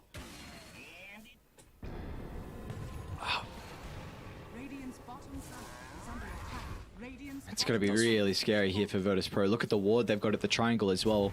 Maybe this could help out though. Scepter now completed from GPK. Do we feel like there's another item that VP need to maybe turn the tides?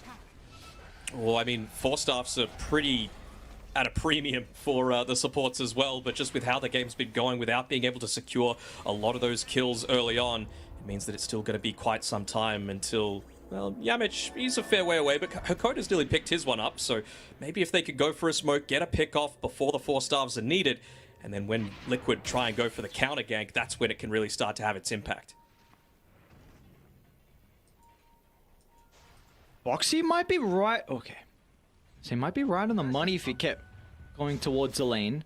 Almost was able to cut off. Instead, he's going to hook shot into the middle. But Tumberman's still got a double damage route to play with. Two hits to swipe away the life of Yakoda. And our GPK, he's the next on the agenda as well. It might have to be another defensive BKB to get him out. It's like at least the Scepter will be the deterrent here from Liquid. They're going to back up, but their prize will be the tier 2 tower. You just cannot fight into that DD. Oh yeah, they see him slowly walk on past. They know that the Primal Beast isn't quite there, so they could go for an aggressive gank attempt and then just have the freedom to back off. Yep, BKB is the objective that they wanted to get out of that, and now they can look to make another move in a few seconds. Just 3 seconds left on that hookshot cooldown. They're just going to check for a power rune. It's an arcane rune. Mickey, he has been on point with being able to secure these with his team. Might even be able to have the luxury of securing tier 3 items, go back with that little bit of an advantage because VP are holed up in their base. They're not going to be able to get that extra little bit of a power spike. I mean, the Clockwork has been a support that has been rising in popularity over the last chance qualifiers. We see it as a big hero for Virtus Pro in particular, and well, this game, Boxy, he's looking to show that he is incredibly strong, the hero as well. We've already seen him play it today, and these hook shots have been on point. And we might see it once again as GPK. A kinetic field? Oh, yeah, you no. are. Yeah, you can't charge out of that one, which is a bit unfortunate. So it's just waiting for the hook shot to cancel out the TP. Instantly, Boxy was there, was ready for the attempt. The high fives, well, he won't get any back as Mickey is godlike. He is indeed, and he's even got the basher as well, so even if Boxy wasn't there, they would have had the potential to be able to take out that key target again. And these movements coming through from Liquid, this is TI caliber. This is what, you know, a lot of people in the past have criticized them for, crumbling under the weight of expectation, but they're really coming through for not only themselves, but their region as well. Secret already having qualified, and could we be seeing 2 Western European teams coming through the last chance qualifiers? I mean, both Insania, Boxy, and Mickey, they missed out on TI-10. They do not want to miss out on another TI, and with how Game 1 is looking at the moment, and making sure that is not going to be the case. Insania, it's chilling. And all these 4-staffs, man, the supports are so farmed. Yeah, and look at this as well. Like, this seems like a bit of a... I don't want to call it an all-in play just yet. Normally, you buy the gem when you've got control over the map, maybe when you've got the Aegis as well, but Hakoda, he's gone back and said, look, I know I had enough gold for my 4-staff. We need to be able to play around the map. I need to make sure that we get some vision back, because right now, we've got nothing. Is the advantage that Liquid have. You're playing with Rocket Flare, you're playing with goddamn Plague Wards.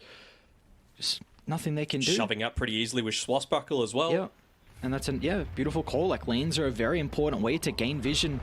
You see DMs trying to do that. Bottom with the familiars, Boxy and Marty are going to surround them. So, and just to read, yeah, you're trying to get these lanes in a position where maybe you can set up for a pickoff, but Virtus Pro, the 5-man smoke, they'll get nothing out of it. So maybe they can at least, and they will, they're going to drop an Observe Ward by the Roche. It will be up in 45 seconds. Let's see if they can take a fight around this area, but Dire are going to see them shortly. He might have even got the sense that DM had resummoned his familiars too, so even if he does have the buyback, which he does, he'll be the key target for them to look to try and go on if they can take away that pipe. Foxy's on the hind. Yamich gets the initiation though, but the Static Storm follow-up as well. Matumban's going to turn to deal with a Tiny. They have sold a decent amount of damage, but Mickey's in the Rolling Thunder. A bounce back as well. They're going to try and target down Ramses, completely taking the Razor out of the team fight. He's surviving for the moment. They're going to turn to deal with DM, but the Visage just is unable to stay alive. Liquid are too far ahead, and Ramses will not be able to find a way through the tree line. He'll go back in the lane, and Virtus Pro have had enough as Liquid. You mentioned that this is a team, whenever they find their victories, they do it incredibly fast, and they've done it here once again. A 30-minute Game 1 victory in our last series of the Last Chance qualifiers. Very, very crisp, very clean. Matu, that's the face of someone that just lost a game, not just one. Well, face palm, but no, they're looking really good, and it's all on the back of that, man. Mickey had a phenomenal game. Came out of the laning stage with a net worth lead against GPK, 11-0 and 11. The man is just out of control, and you know what, for VP, I understand wanting to cut the losses, not potentially get tilted and have that lead into the second game, but this is the last series. This isn't a best of 5. This is a best of 3. So I feel like we've seen before, anything can happen once that high ground siege starts to happen. But, well, they just called it. They're going to reset and hope that it can come back in game number 2. There's always the argument of trying to call it quits early on and just not mentally drain yourselves, because keep in mind, Virtus Pro, they did play earlier in the day as well in that 2-0 defeat. So did Liquid though. That is definitely right. So did Liquid, but for Virtus Pro, this is a team that is very based around their emotions. We see, the all chatting consistently, the tips. They're a very, very vocal team, and the confidence is a big thing, and the emotions are a big thing. So if they feel like, they don't want to drain themselves here, if they don't want to stick around too long in this game 1, just reset, try and find how they can set themselves up for a strategy in game 2. And well, we've got the panel that can also try and help out to see what Virtus Pro can do differently in game 2. Denok, you got any closing comments real quick?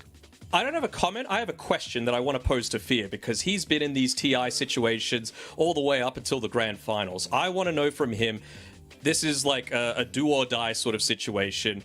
Game 1, it finishes. What sort of conversations are going on now in this series, and especially with this being a best of 3 instead of a best of 5? How does that influence the talks that are going on behind the scenes? So I can't wait to hear what he has to say. I'm sure everyone's going to be waiting with bated breath, and we'll throw it over to Nat and the panel.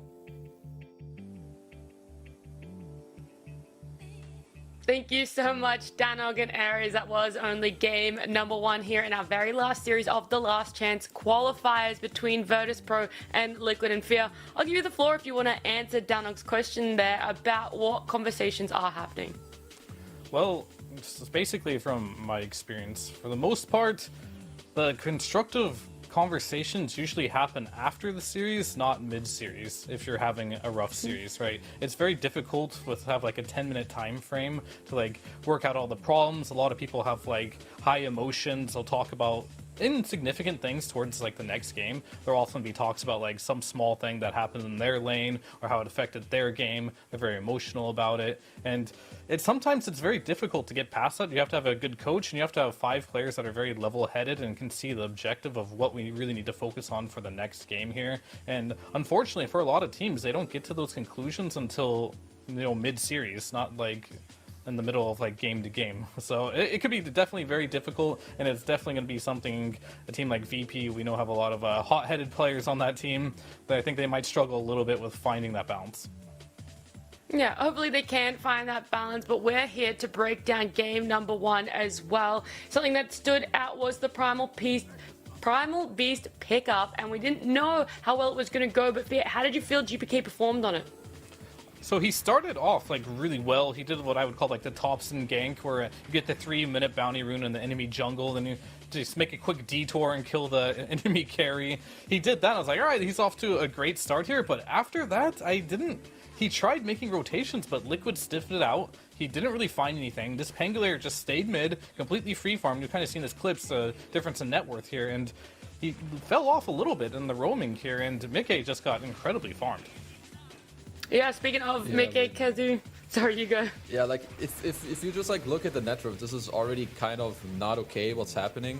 And I want you guys to pay attention to this play right now. So Zai actually gets to pressure this Razor a lot, which, you know, isn't out of the ordinary, but it has a lot to do with what Mickey is doing in this game. First off, he's already killed Visage once.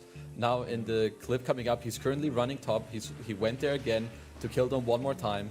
Then a few minutes later, they're going here again. They just keep shutting down DM's game. So they don't really get to pressure Liquid at all in like their safe jungle or in the safe lane. Like Matu got to farm top, you know, quite nicely.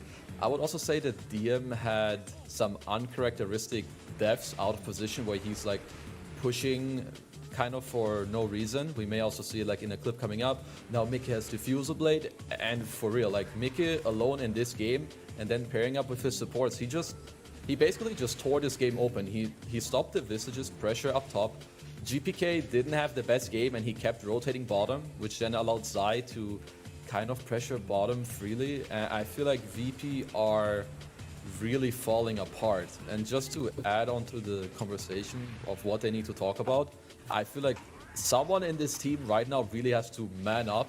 Like maybe FNG if he has the freedom as their coach right now. But someone needs to, they need to get their shit together if they want to qualify to TI, simply put. Yeah, this is going to be one of their potential last shots at making it to TI. It's all coming down to that game number 2 when we jump into it. So, T-Panda, what silver lining could VP take away from this? What are some good things that were happening despite the fact that it felt like Liquid were running all over the map? To be frankly honest, not a lot. A lot of things went wrong for them this game. Starting all the way from the laning stage, as Sphere and Kezu both stated, that this wasn't an efficient Virtus Pro that we are used to seeing. It wasn't far from the scary bear, and instead it was just the Steed that had full control over this game. But I think, like, they had optimism in the draft. Like, when we see, like, a last big Razor, oh, he's gonna get himself a good laning stage. We see the Primal Beast going into Coral. We got some good things going for ourselves. But you still end up getting countered. And I feel like Liquid just kind of figured out what Virtus Pro even wants to do this game. Razor, or Ramses in this case, didn't even get to play the game. He was constantly under pressure. He was constantly getting killed. And Razor is supposed to be the guy who does that. So if they can somehow get that fighting spirit back in, really just come up with a completely different mental reset into game number 2, I can see Virtus Pro faring well. But this was by far absolute Liquid dominance. We've seen the Disruptor, we've seen the Venom, we've seen the Clock all perform very well today for Liquid already. We've highlighted Mickey, but Fear highlighting Martu there on the Lifestealer and just how well he played this game. Yeah, I mean, it's more so like he played great, don't get me wrong, but like he has a very unique item build on the Lifestealer that I kind of want to highlight because you don't see it very often. A lot of players that do play Lifestealer, they just completely overlook the shard on this hero, but he picks it up every single game. He normally picks it up within 20 minutes as well, which is 5 minutes after you're available to purchase it. So maybe a little bit underrated item. It does a lot for your team. It gives you a long range slow. Everyone can lifesteal off of it, even spells included. And something else they added that kind of is like overlooked. If you're doing 500 damage to a hero, it'll spread to the next hero. And if you attack the target that it spread to, it'll spread again. So it'll continue to spread throughout a team fight, and it does a lot of healing, and it's a lot of slow. And against the Razor, it was a really nice tool where they also have like the Gale, the Hook. Ramses really didn't have much of a game here.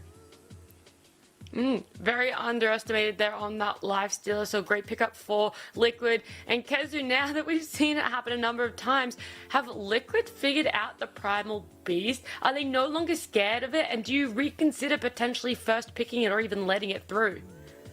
So I think if you're Liquid, I feel like, yeah, they figured it out in some way with the heroes they're picking. I also, to go back to the draft, I feel like Pango is a very nice response to this Primal Beast. You lane okay against him. By no means do I think he should win. I think GPK is uncomfortable on the hero. So when you combine those two things, I think VP need to skip it. I think Liquid should not care about it. Going into the next game, I would like VP to just play their stuff, put GPK on a farmer. Stop letting him, stop baiting him to play these heroes that need to run around minute 5 to 10 and make moves. Because as Fears mentioned, it's not working out. I don't think that your post-game talk right now is gonna fix that either. Let this guy, show off his skill. Let him play a lane-dominating mid hero where he's just gonna get fat. And then build on that with the rest of your lineup. All right, well, there's a few things that we've put out there as to what VP might be able to change up. Although it's not down to us what happens. We are going to jump to a break. When we come back, it's game 2, and we see how VP are going to fix their game.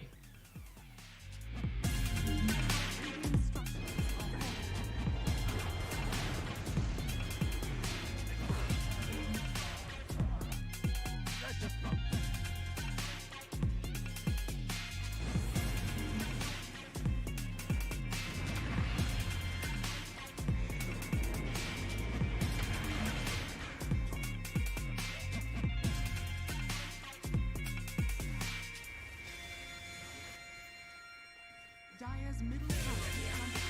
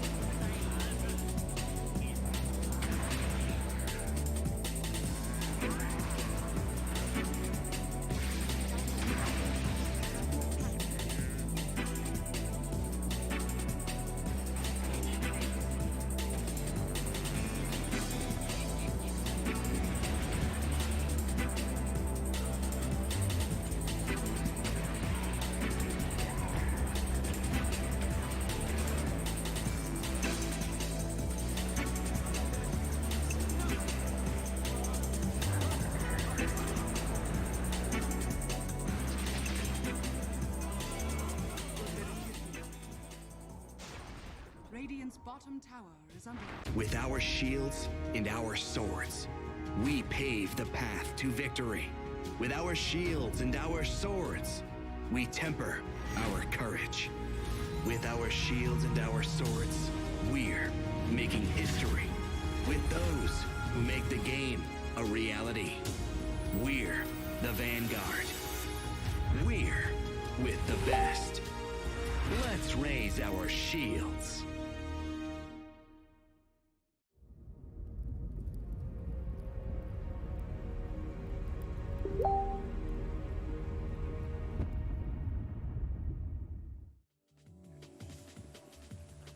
Virtus Pro, their backs are against the wall. They're going to have to win this game number 2, force it to a game number 3 to keep the hopes of TI for themselves alive a little bit longer. On the other side, though, Liquid, they just need to stay strong. One more game, and they are booking themselves a ticket. They're going to be joining everyone else, all other 19 teams at TI in that group stage. Fia, you said there probably isn't too many constructive conversations happening, but how do you think the vibe is? Do you think Virtus.pro are that sort of team that are able to go back to what they know best and perform here in Game 2? Well, I'm not going to say there aren't constructive criticisms or conversations, because I don't know what they're talking about. I do think it can be hard, though. So if they do want to turn this around, they definitely need to be talking about the right things. And I think the right things to be talking about is talking about what has worked for them. You know, the GPK, SF, Lina, Storm Spirit, playing a little more greedy in that mid lane. And what has not been working is a bit of the roaming, right? So the conversation flow should be like, you know, just give me Lina next game. Easy fix. But if they start talking about all the little things they could have done better to fix it so the, you know, these style could work, that's a long conversation and they don't have time for that. Get themselves on some comfort, because we haven't really talked about the side of Liquid. You're one game away from going to TI. So what sort of conversations would you be having coming into this draft, especially with Virtus.pro having first pick? Oh, I mean, for Liquid, I think it's quite chill. You know, they're being chilling, they're owning, they're feeling good. I think they're kind of in the zone. They're probably telling themselves, yo, we all know that, you know, that VP kind of are not feeling it right now, that they don't feel good.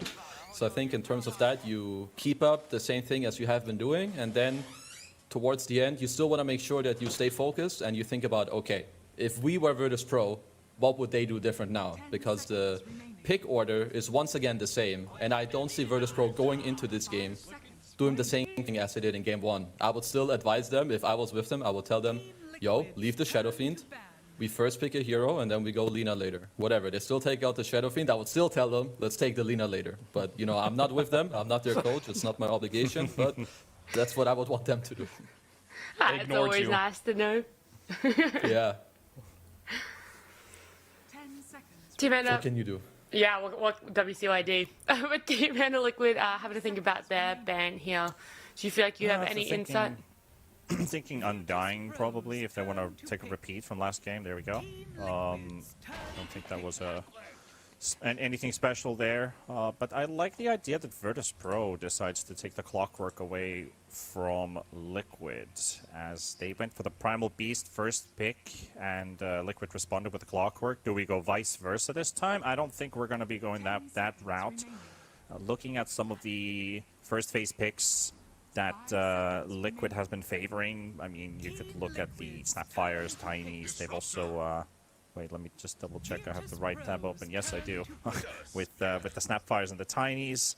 But they're going to continue with Insania's Disruptor, smart choice, and a hero that they've had a lot of success with lately. And in general, this tournament has had a lot of success lately with the Tusk pick. A two-sport hero opening there, 10 Kezu. seconds remaining. Yeah, nothing too crazy, I think, coming out for Liquid. They've honestly had a lot of success from 6-7, from like this pick order to just open up with their two supports. And then later on, they just seem to find very good openings in the second phase later to then like complement what's going on here. And now for Virtus.pro, you had a similar opening last game from Liquid, and then they picked Visage. I feel like, yeah, the pick would be good, but you just had it and it felt bad. So I would kind of like them to sway away from it. These two heroes from Liquid, they're quite aggressive early on, so this could also make you not want to pick Lina, so they just go man-up mode, and they pick the Ramsey's win condition on the Morphling. How are you feeling about this Morphling, Fear? Do you have some confidence in it? This Morphling has a 33% win rate in the hands of Ramses this tournament, so do I feel good about it? Normally, I would say yes, but with a stat line like that, it's kind of hard. The Disruptor has been proven to be pretty good versus the Morphling. Not going to count it out yet, but this is just not a winning hero for Virtus.pro so far in this tournament. It is a it is a winning hero against the heroes that VP played last game. Basically, what we saw, there were the Clockworks, the Visage. Also, there was a Witch Doctor in that game, and that was Liquid winning over the Morphling. So I wonder if they're shifting things up and going for some kind of counter psychology gameplay here with it. Probably not. But, I mean, Morphling's been a strong hero in the tournament, yes. And like you said, 33%, 1 win and 2 losses on this Morphling doesn't necessarily talk a lot of confidence, but it's also a pretty small pool. But then again, this is a pretty short tournament, so I guess you could pull off a good Morphling game, but it's too early to say. The band's coming out because obviously that AA to protect the Morph, but it's the Lone Druid. Do you think they are targeting Martu a little bit here? Is he the person you would want to target in a draft? 5 seconds remaining.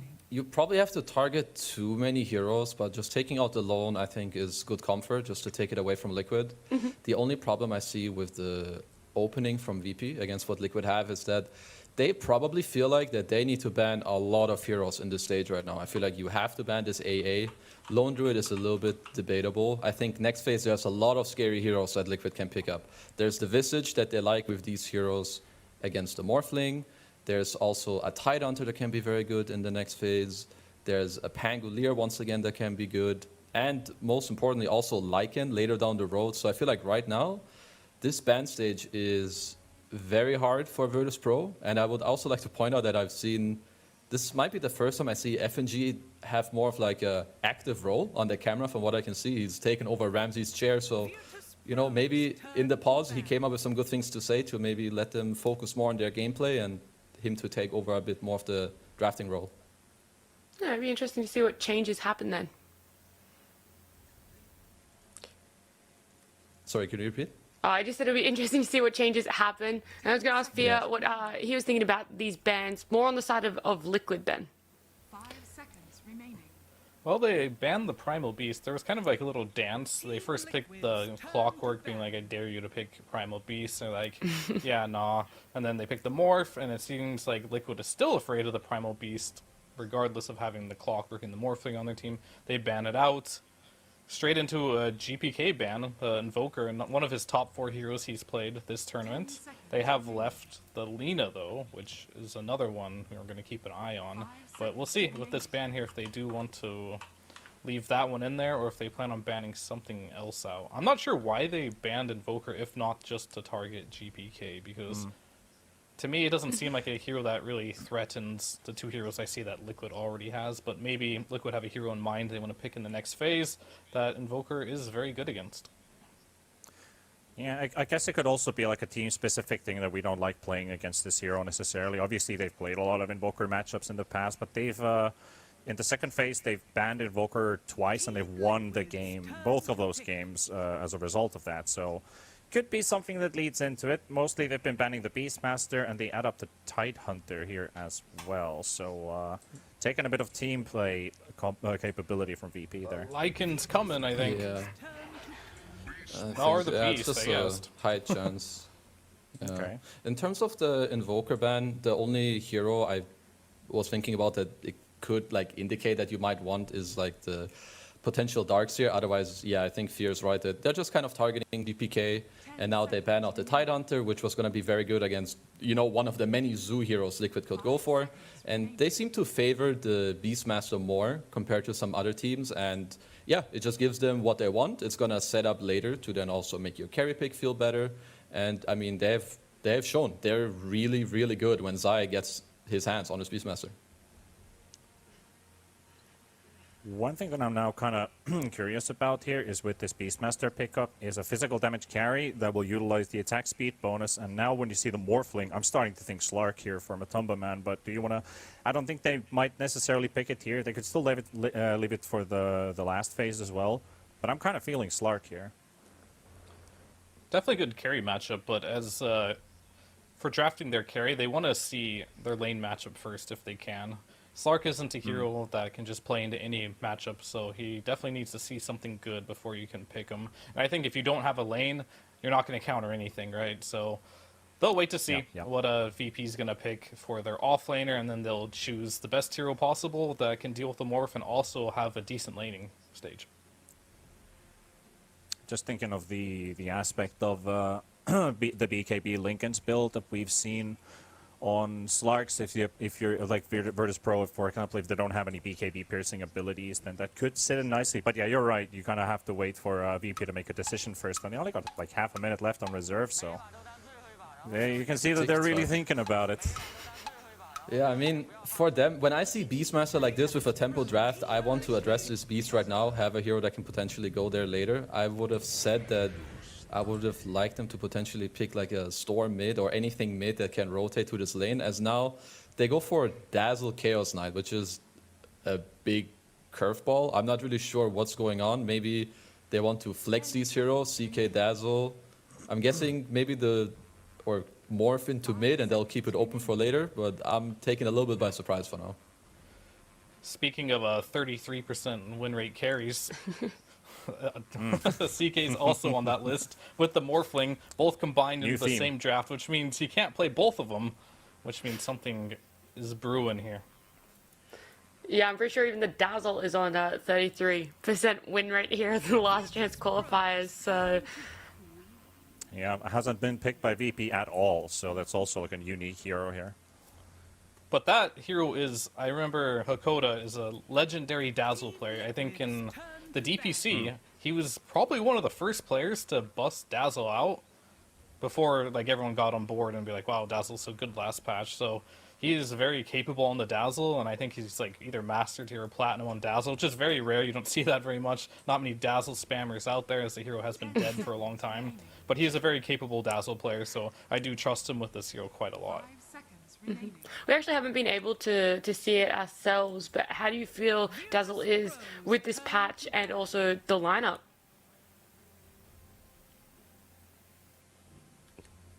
Well, I I think, mean, one- sorry, No, I go think ahead. with the CK, it's pretty good, right? Because like you have the heal bomb with illusions, pretty decent here. They can use the poison, maybe track down the boars, or just go straight onto the Beastmaster. I do think they're going to put this Morphling probably in the mid lane. And now that I think more about it, because GPK, he's more of like a carry type of mid player. Not saying he can't play the other heroes, but that's where VP in particular seemed to shine the most. And now the CK, it's very good versus the Beastmaster in the lane, so that is the adaptation they are going to make. And it looks like they're going to try and punish this Morph pick by putting Queen of Pain. I'm not sure if that will be the most punishing thing for Morphling. I think Morph is pretty strong with the attribute shift. He might not care so much about the dagger spam, but not a matchup I'm super familiar with. Yeah, so they decided to, instead of answering the Beastmaster with like someone else being able to rotate to the lane, to just pick a completely new safe lane, which, yeah, that can work. Personally, I'm not the biggest fan when you do the switch up and it now means that your carry Morphling is going to the mid lane, because I feel like these four heroes, I mean, it is somewhat of a Virtus Pro style. Win lane, outskill your opponent, and then, you know, try to go and fight your enemies. Because when I look right now, Virtus Pro's teamfight is not very good. And this is what you need to get out of your offlaner, but you're also doing this blindly into the enemy team, which is, you know, it's not always the easiest task to really ask here. When when the Queen of Pain and CK were at the same draft at the same time, Liquid played co-op. Mickey went 14-2 and 14 against VP's Ramses CK 2, 10 and 7. That was again a rough game for Ramses. Maybe he's figured something out this time. They bring up the Timber Saw. I have a high suspicion that there's going to be an aggro trialing from VP and Timber versus the Beastmaster here. If not, they're just going to try and pressure. I think if you're Liquid here, you're probably going to lose the outscale here. But if you win the laning stage, I think you're going to run over the game. So I would be a big fan of Liquid just picking a hero to just win lanes here. How about Ursa? Or I was thinking something more Troll spicy. might be hard. Not a lot of people play Like it, but what? like the carry Batrider. Champ? Really, Carry just Batrider. really, I like the way just- you're thinking. Just really like crush the lanes here. You got the momentum. They're gonna go for the Luna though. Too spicy for them. I understand. It is an Luna's good. elimination match. Yeah, same. Yeah. I mean, Luna, maybe there's a little bit of PTSD coming out for Virtus Pro. They did drop to the lower bracket here after picking it up twice against Secret earlier today. But Liquid looking to get this pickup. Via how are you liking it all rounded out now? This is a very hard. Like both drafts have like strengths and weaknesses. I unfortunately just don't know enough about this mid matchup. If GPK can pop up from this Morphling, it is a Morph after all, and it's Timbersaw. Normally Luna can do well, but I see Timber's just free farm versus Luna as well. It's going to come down to it's like individual skill this game. It's not very clear cut to me on like who's going to win this game. It's going to be like who just plays better. Yeah. Kezu, is that the same for you, individual skill, or a little bit more about how the teams are going to be rotating? Well, individual skill for sure, because that's what Virtus.pro's drafts kind of thrives on and what they need. But when I look at their tricore, it makes me feel like bad inside. It kind of turns my stomach around. You have Morphling, Timber, CK. I don't see like how you ever rotate anyone to anyone. You just rely on GPK shitting on mid, DM doing his thing top, and then I just feel like we're going to see the same thing. They do well early, then DM dies alone, someone else dies somewhere else, Ramses queues up a Midas, and they lose. All right, and quickly, T-Panda, who are you looking towards? Well, it's either individual star power or a team that's going to qualify. So we'll see. We will see as we're jumping into this game number 2. Remember, Liquid need this win if they want to go to TI. Same with VP. So let's jump on over. It's Dan Organaries. Well, the question is, can the individual brilliance here from Virtus.pro enable them to go the distance and force us into a game 3, or can Liquid end it right here and right now? Denog, this is another lineup that Liquid can thrive on. A team that really like to play around the quick tempo, end the game early kind of strategies, and it looks like with the draft they have exactly that. But do we feel like Virtus.pro have some answers? I think they've got some answers. I'm just worried that it might not be enough answers. And, well, we'll be able to see if GPK will be proven right. Will this series be over in 2 hours? And Liquid all the way through to the TI proper. They've been one series away, Liquid, from automatic TI qualification several times this year. They lost 2-1 to Bet Boom at the Stockholm Major. If they won, they would have qualified. They lost to Boom 2-1 at the Arlington Major. They would have qualified. And they got so close in the regional qualifiers as well. So close, yet so far. Blitz has said that his anxiety during some of those series was a 40 out of 10. So let's see if they're able to do it this time around. Maybe 4th time's the charm. See, 4th time is the charm indeed, and also for Virtus.pro, they've been so goddamn close. Some rounding errors and some difficult performances in some of the series that we saw. Also, some previous events as well for Virtus.pro, in particular, the major, where they were knocked out by Beast Coast in that 7th and 8th place. There was a team that was really starting to build up a lot of momentum over at Arlington. We saw at TI-10 as well, some of the members, GPK along with DM, were knocked out by their fellow brethren in Team Spirit in 5th and 6th place. So they want to get a little bit of revenge and make it back there. But, of course, that's a lot of games away. Potentially game 3 if they can get there. But they have their comfort. I mean, this is, in particular, if someone can do it, man. If someone can do it, DM on the Timbersaw. Like, he is arguably one of the best Timbersaws. Amar as well. I mean, Amar and DM, I'd say, really the ones you always look at. So we'll see what's going to come out. The panel also mentioned about the potential aggro tri-lane. It looks like that's going to be the case here. Yeah, and they're just making sure to constantly wait until the very last second to be able to move. But with this Observer Ward scouting out DM's movement, is that going to cause some rotations? Yeah, you see instantly Zai on the minimap turns tail and runs all the way back towards the top side. They want to avoid this lane at all costs. Yeah, when Boxy was TPing, he just caught a slight glimpse of DM running down bottom. So, yeah, Liquid have plenty of time to be able to react to this now. Yeah, he ended up cancelling that TP. He wants to make sure that he's staying in this more preferable lane. Just while we are still waiting for the lanes to kind of form themselves, hopefully there's not 2 kills in the meantime. I just want to give a shout out to Team Liquid and their YouTube page, because they actually put out this little bit of a... They call it the time lapse, where they look back on past series that they've played. And the one that I paid most attention to was one at TI-7, where Matu talked about their series against LFY, where they were able to take a tier 1 tower at 2 minutes, and the map was basically bare by 15 minutes for LFY, because they saw this Morphling and they went a hyper-aggressive draft. They did it against Vici Gaming early on. They ended the game in 22 minutes. That's exactly what they've gone for this time around. I mean, the Morphling has been someone who is incredibly contested overall through the meta at the moment, having a 61% win rate, but we've seen Liquid 2 games in a row now they've been able to beat it. Let's see if they can do it again with a different strategies. Top lane, some brawling going on at the moment. Yarmich and Yokoda posturing aggressively onto Boxy. This time it's going to be Yarmich on the clockwork as well. We mentioned prior in game 1 that He's incredibly comfortable on the hero. We saw Boxy make play after play. Well, Yamich going to look to replicate that. Just having a quick look over at the couriers as well, coming down on this bottom side for Team Liquid. It's all about the regen, consistently being able to spam out this Timbersaw. Insania wants to make sure that Thunderstrike is maxed out. He's got Top the Ring lane of Zai might be in Basilius. some trouble.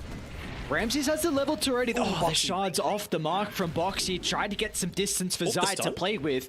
He's going to attempt to find the deny into the neutrals, but it will not be the case as the Virtus Pro tri-lane off to a good start with finding first blood.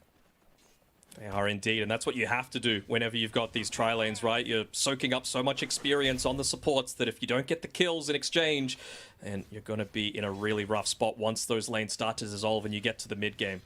So level 3 on bottom side is really what I'm looking for. They actually TP Insania up top, not wanting this lane to go too poorly for, again, the relatively quick lineup that they've got on Team Liquid. And they're going to find Yamich, 3v1, but he's essentially completely out of mana, so Yamich, he's just trying to keep them away for as long as possible, expending a lot of spells out of Team Liquid just to get a single kill.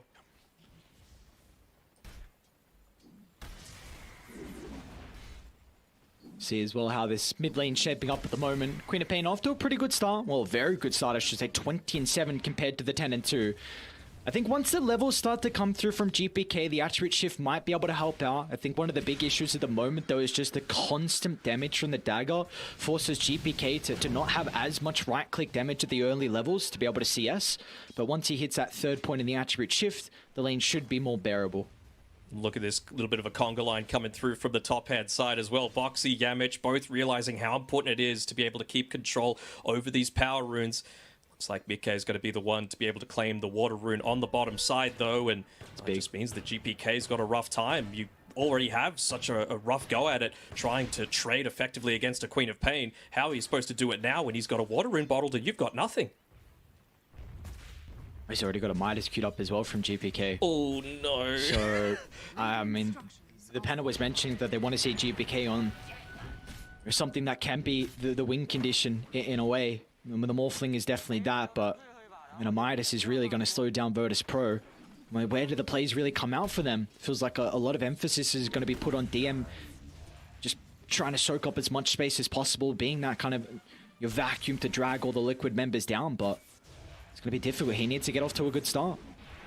I mean, how often do you see a Timbersaw go into a Vanguard as well? That's what DM's got. He realizes that he's going to be coming up against this Zuya, against a Tusk. He is going to be that one standing on the front lines, playing a lot less greedy style this time around, and basically putting himself where Liquid want to be pushing. You saw Liquid's bans. They got rid of the Tide Hunter, another DM specialty, just to make sure that they could allow this to happen. Trying to face check. Yokota doesn't have a level in the grave at the moment. The heal bomb's not going to be enough to keep him alive as Liquid find their second kill of the game here in this tri-lane. As soon as they started to rotate, as soon as they left Insania and brought him up top, it looks like top is going much better for them. 0 points in the Whirling Death on DM. He's just looking to try and spam out onto Matu with those Timber Chains as much as possible. Try and keep him out of the lane, but Matu, he's still having a decent enough time. Trading in farm, you're going to be very happy with that if you're Liquid. See, a nice snowball dodge, and he's going to use it aggressively to go into Yamich. They're trying to turn to beat down Ramses, but the tag team will expire. And Zai doesn't have the axes to continue to stack up. So in the end, we'll be a 1-for-1. No supports are going to make the rotation here for the power rune, so it's going to come down. I'm more than likely Mikkei will get it with his extra mobility. And I think this is a big advantage that Liquid are going to be playing with, a Morphling compared to the Queen of Pain. We saw GPK in game 1 try and get very active on the Primal Beast. Mikkei did an exact same thing here with the Pain clear, but this game, like, GPK is just going to play the lane, whereas Mikkei, he can look to get involved, and that's already going to be the case. This is a big rotation down. If you can slow DM early on, he's going to struggle. Oh, he's getting a little bit greedy. He's gone for the dive here. Might end up costing him his life. He doesn't have the mana. Even if he pops the wand, he's not going to be able to TP out. So what a key kill just to secure this lane for Matu. They're going to get something out of the map here in Virtus Pro. They're going to make the attempt top lane. Diving out of the tier 1 tower. Can they close the distance onto Zai? And that'll be the case. A Chaos Spot chucked out from Ramses will allow Yamich to get into the middle. But remember, Tumberman's going to look to TP. He's got the level 6 now. They need to deal with the creep, so the clip's going to be able to help out. Instead, the right clicks are what they're playing off the back of. Insania, glimpses available, level 2. They're going to be able to drag back the clockwork. A beam from afar is not enough. That's where Insania's right clicks can come into play. Ramses will be able to trade the life of the Disruptor in the end, so a double kill picked up for the Chaos Knight. He's just got the 1 point in the lucid might be in beam as trouble. well. Oh, that's not good. Not at all. DM with the level 6 Matumba, man. They know he TP top. And he's going to be off the map now for 25 seconds, plus the time he has to walk to the lane as well. A great movement coming out from DM. Yeah, VP just mirroring a lot of these movements, right? Martu comes top, so am I. I'm very happy to look to trade against that, and like you mentioned before, had to use the TP for it, so Martu will be taking that walk of shame. Potentially going back into the jungle. Liquid, believe they're starting to consider making a few of these stacks happen, playing on the Dire side.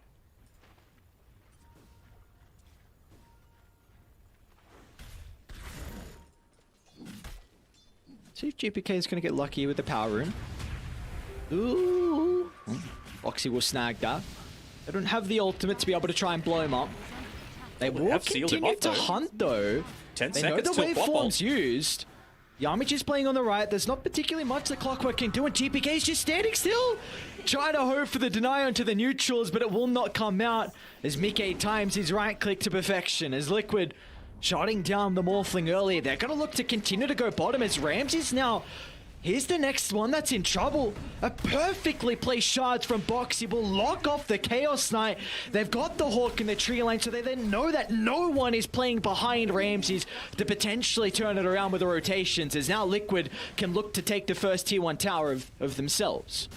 Indeed, indeed. DM, it feels like he's playing the exact same job on the top side. He's finished up the Vanguard. He's placing himself right in front of that tier 2 tower. But have a look at Insania.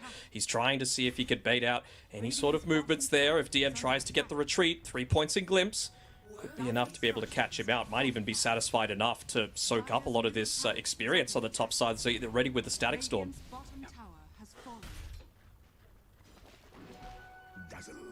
I mean, how much does that tell you about the mindset of GPK? Just standing there, allowing the death to come to him, not even turning around and trying to get a little bit of damage done in the meantime. Shows that he's mode farm. The faster he dies, the faster he can get back to farming, I suppose. Faster you get that Midas, baby. Let's go. It's here. The moment we've all been waiting for, but he would not be happy with his net worth as things currently sit. I mean, we've been talking about how he is the true win condition, but win conditions aren't fifth on net worth a lot of the time. Not at all, but I do think regardless, Virtus Pro, some of their cores have gotten out of the laning phase, and at least GPK has this farming accelerant now. There's the other aspect as well. You know, we all talk about the Midas being this super passive item. You're able to go back into the jungle, but you're going up against a Beastmaster who's just about finished that Helm of the Dominator. So maybe GPK is going to be a little bit more active than a lot of us are expecting with making those rotations, getting rid of that big Helm Dom creep. Yeah, that's a very good point, because I think this Helm Dom now being completed from Zai's is going to enable them now to think about taking the tier 1 tower. Liquid need to continue the pace. They need to continue finding these objectives because of the tri-core lineup that Virtus Pro have. You can't allow them just to freely farm on opposite sides of the map. And oh, GPK, he's showing mid, but doesn't seem like that's the one they want. They want Ramses. They want someone away from a lot of these TP points. Oh, the scan was just too late. Let's see if Ramses is going to be able to tank through the damage, but the Static Storm laid down from Insania. There will be no Phantasm turnaround. As Jakoda, even though he had a point in the shallow grave, which is too far out to the left side, but Virtus Pro, they're trying to connect, they're trying to backstab, as DM's even going to get into the middle, but they will be too late. Yamich won't, however. The hookshot's going to be there to cancel Boxy's TP. He'll make him work for it in the end. And to buy as much space for Liquid to continue farming across the map. Might even deny himself to the tower, so the gold will be split. And that'll be the case. Well, he's pretty happy with that, though. I mean, he started to drag DM towards that, and if DM's focusing running at his own tier 3 tower, he's not doing the Timbersaw job, right? He's not standing in front of lanes. This DM, he's just making the immediate move back towards top. He's like, all right, they use Static Storm. I've got about 30 or so seconds where I'm not afraid of any TPs coming towards this lane. Back up in 40. It's not the longest cooldown, but you got to make every single moment count, especially when you've got that siege creep still available, and they used the glyph previously on Team Liquid for that push. So I want to see DM perhaps get some assistance come through from the rest of his team, but Mickey with the solo kill. Sonic Wave was used for that, and now a couple tips as well for good measure. Trying to get into the heads of GPK. They're going to run into Yokota as well. He denies the rune, but Mickey, well, he'll get the kill, so he's the one that's happier, and Liquid as well will find another tower. Tier 1 mid going down, which is a lot of map control that can protect the jungle of Virtus Pro. Look at the Hawks, look at the vision. Boxy, they're already turning to Ramses. Another shot. Ramses hoping he gets pushed on the outer side, but that's not going to be the case. The turnaround's there with the damage from the Phantasm. They'll kill off the toss. Now DM's going to look to get in the middle as well as Virtus Pro is showing up to the left side. Oh no! GPK, instant use of the Raw from Zai, stopping the potential for the attribute ship. And now DM, he might have a free fight with some of the abilities used prior, but a glimpse will send him packing. He's still got the chance to continue the hunt. But now through the mid lane, there's not going to be many trees for him to play around. He's going to be relying on the ultimate to try and bring down Zaya, but that will not be enough damage as Liquid. They will stay alive and back off as a unit. Oh, I don't know if they're ready to back off. They're like, well, DM's feeling a little squishy, might be able to catch out this pick off onto Hakoda, especially considering they've got all of that vision available, and we know how strong the Disruptor pairing is together with any sort of vision, and Beastmaster Hawk, one of the best heroes to be able to pair with that. Look at how Boxy is playing as well, man. Like, this is, you just compare the carries, the cores. Liquid are freely farming across the map, whereas Virtus Pro, you've got supports running at you. Mid lane Insane, you're trying to catch GPK off guard very close with the Static Storm. 3 in a row would have just been way too much, and he's pinging out the fact that, you know, there might be vision around. Otherwise, that's just some insane individual skill coming through from GPK, and, well, it's the latter. He is still a very, very solid player, but right now he needs some of his boys. He needs the team to rally around him because this is not the start that you're wanting. I like what they're doing from Virtus Pro there. They're putting DM mid, kind of acting as that blockade to make it very difficult for Liquid to run through this lane and try and get to the cores that are farming behind him, because his hero is incredibly difficult to kill, and especially when you have supports playing with him as well in the Clock and the Dazzle. As we see they're that. trying to read Liquid's mind right now. They're putting GPK out there as bait. Good blocks coming through. Oh, nice. Oh, very nice by Zai. Smoke from Virtus Pro being off the mark, and I guess the cores are farming across the map at Liquid. They want to take the team fight. Mickey, he's already level 12. He's got 2 points in the ultimate along with the double damage rune in the arsenal. Let's see if they can catch up to DM though. A Q play from Yarmich will enable his escape, and DM as well will also survive. And again, look at this. Ramsey's getting farm. Meanwhile, GPK shoving out top. So the cores are continuing to make it towards their next set of items. It's all about trying to read Liquid's mind right now. Unfortunately, Hakoda with that smoke ends up blocking the stack inside of the Ancients area for Ramses, but he needed to do it. He needs to try and get this super deep vision out. The Observer Ward got full duration, so he realizes it's a safe place to be able to place that one down. Even inside the Ancients, once they hit some of their timings, perhaps, this isn't exactly an area of the map VP have been free to just walk out onto, so just any little bit of information is going to provide them so much. Places where he thinks Liquid are going to be smoking and going for ganks. That's exactly where he wants to get that VP vision down. Looks like this T2 tower down bottom, though, is going to go uncontested. No glyph available from Virtus Pro, already used prior, so a 16-minute Tier 2 tower is going to give Liquid complete control of this bottom jungle. You remember that that video I mentioned, the Liquid video, where they reviewed it? Mm-hmm. All the towers early on. Yeah, all the towers early on. This is a carbon copy almost of exactly what happened. And Blitz, I'm going to give him a little bit of a quote. He said, "Huh, you think they wish they didn't pick Morphling this early into the draft? Well, it might be happening once more." It does still need to be mentioned, though, that VP, like, this net worth lead is not growing. In fact, it's actually slowly being cut. Very, very slowly. And this is a lineup for Virtus Pro with a Tricore. If they can make it to the late game, like this is 15, even, you know, a little bit longer than that. This is where they will really feel their power. But you need to continue doing exactly what you are. Splitting up the map, shoving the side lanes, having supports, block the rotations. Look at Yarmich. Sees Mickey moving top, the Disruptor as well. I don't even know if they saw Yarmich. Cute plays with the Pogo over. They will finally be able to scout him out. They'll go for a TP. That's a very ambitious TP. But again, he's done his job. The cores are farming. The cause of farming, that's exactly right what you're saying. It's all about splitting up the map right now, but VP, they know it's coming soon, and they know that Liquid are going to want to get aggressive. They're about 1,000 gold away from being able to pick up Martu's BKB, still a while away from the Blink Dagger on Boxy.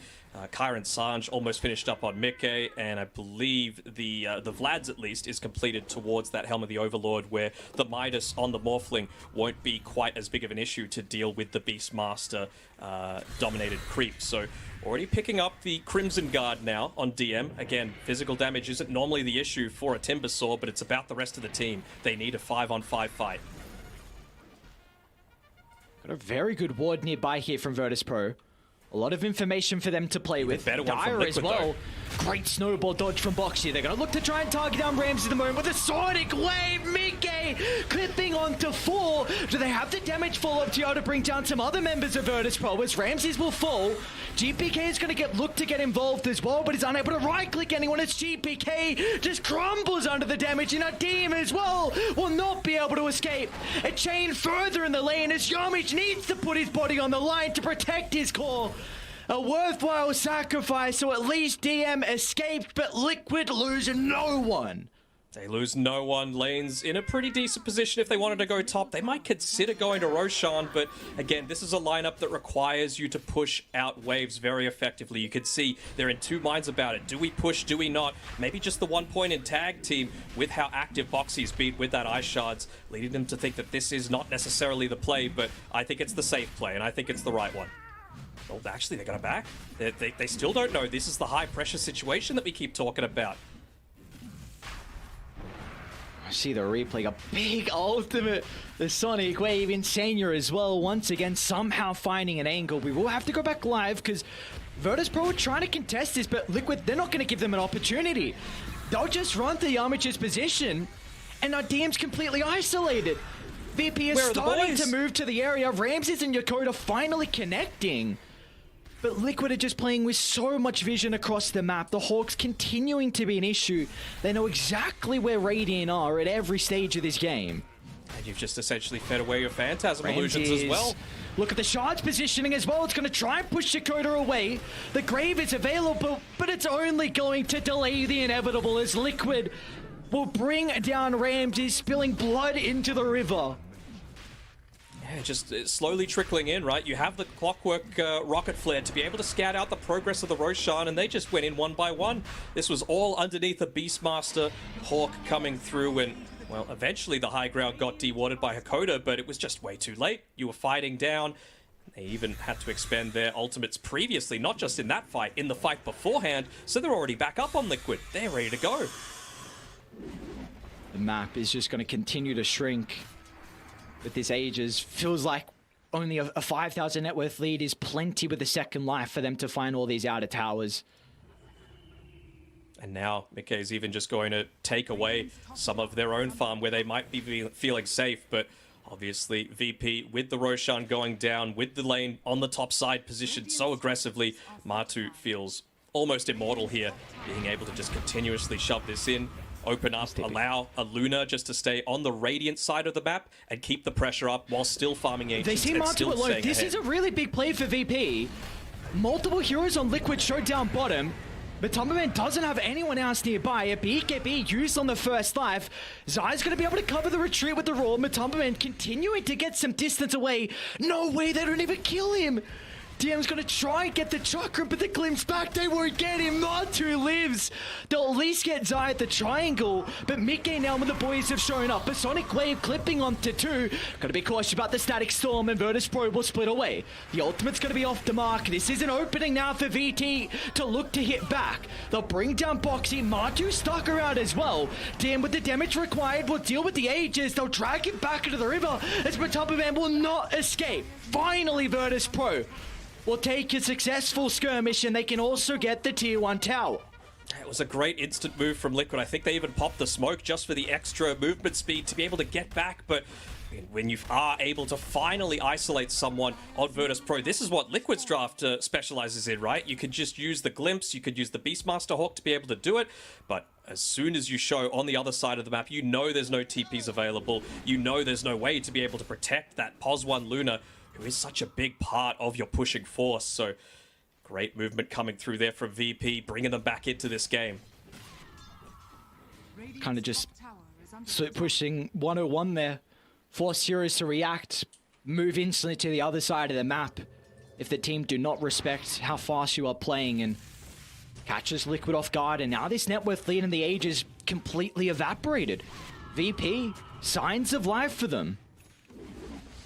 Yeah, for sure. I mean, this isn't really the area that Mickey wants to be farming, right? You've taken the bottom side of the map. It's important to take the outpost back for sure, but like I was saying before, Luna wants to be playing on the VP side of the map. You want to keep the pressure up. You want to be using that Beastmaster Hawk, not only just to get the pickoffs, but even if someone TPs back after they're trying to split up the map and defend, you could just glimpse them back. It's happened before. Matu was the one that got glimpsed previously in the middle of a big team fight.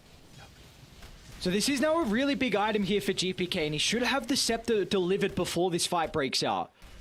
I'm intrigued to see if he always uses it on the Luna, because an Agi carry really needs your stats and the attack speed as well. There's also the potential for some other members as well, but I feel like his main priority is going to be Matu if he can get that replicate. This is a big item here to enable Morphling in these fights. Yeah, just enabling him just to increase the attack speed, denying it away from the Luna, but even you just have to think of the synergy together with the Phantasm as well and the Chaos Knight. If you get that Luna Blessing, if you're in the Luna form, then you're going to be able to give a lot of benefit towards this VP roster. I mean, they are well and truly back in this game. Even though it's this 3,000 net worth lead, losing that first Roche is really important for Liquid. They needed to find all these outer towers with the lead they had, and now VP, they've got multiple ways to be able to start these fights. You are not completely reliant on Yamich to get an incredible hook shot. It can be up to Ramses, but he won't be here if this fight breaks out. They spotted that Hawk coming out that's sitting in front of the tier 2 tower bottom, so they're positioning themselves really well. Great positioning from VP. They're playing behind TM, but the damage might be too much. Yakota can't get close enough. And now Mickey's going to jump in, no hesitation, to try and catch out the remaining members. As VP, they need to TP out, and we'll be able to make it. Cut their losses, made sure not to feed through anyone else that was unnecessary, and that's just another one of those instances. The shallow grave, just the 2 points in it so far. Really does feel like Liquid, they're wanting Ramses to go is for the still solid. here. Okay. Goes for a solo kill. The TP, he's going to have to cancel that. And that's the gem. No. I think I might have tried to steal the gem over from Insania. Oh boy. That's a big kill.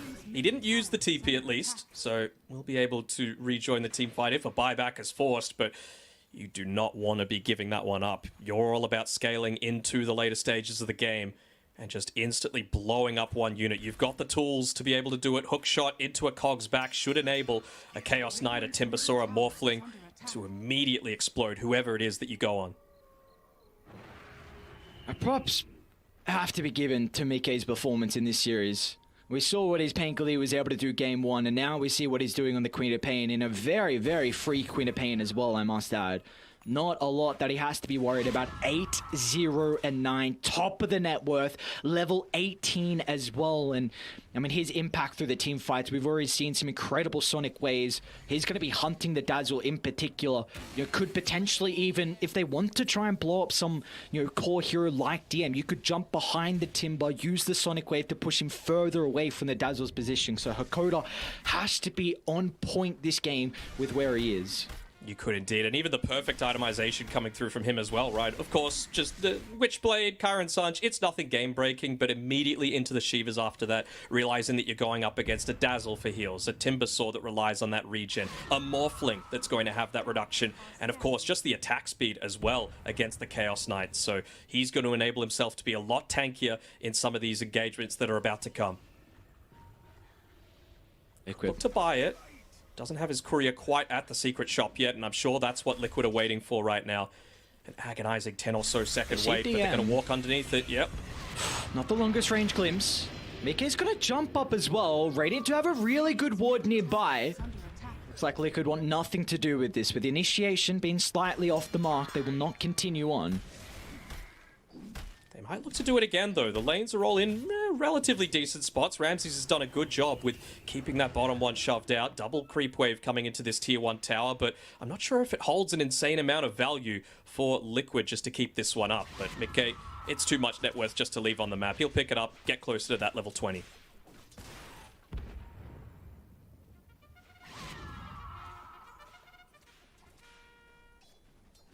See if they can try and stall this out.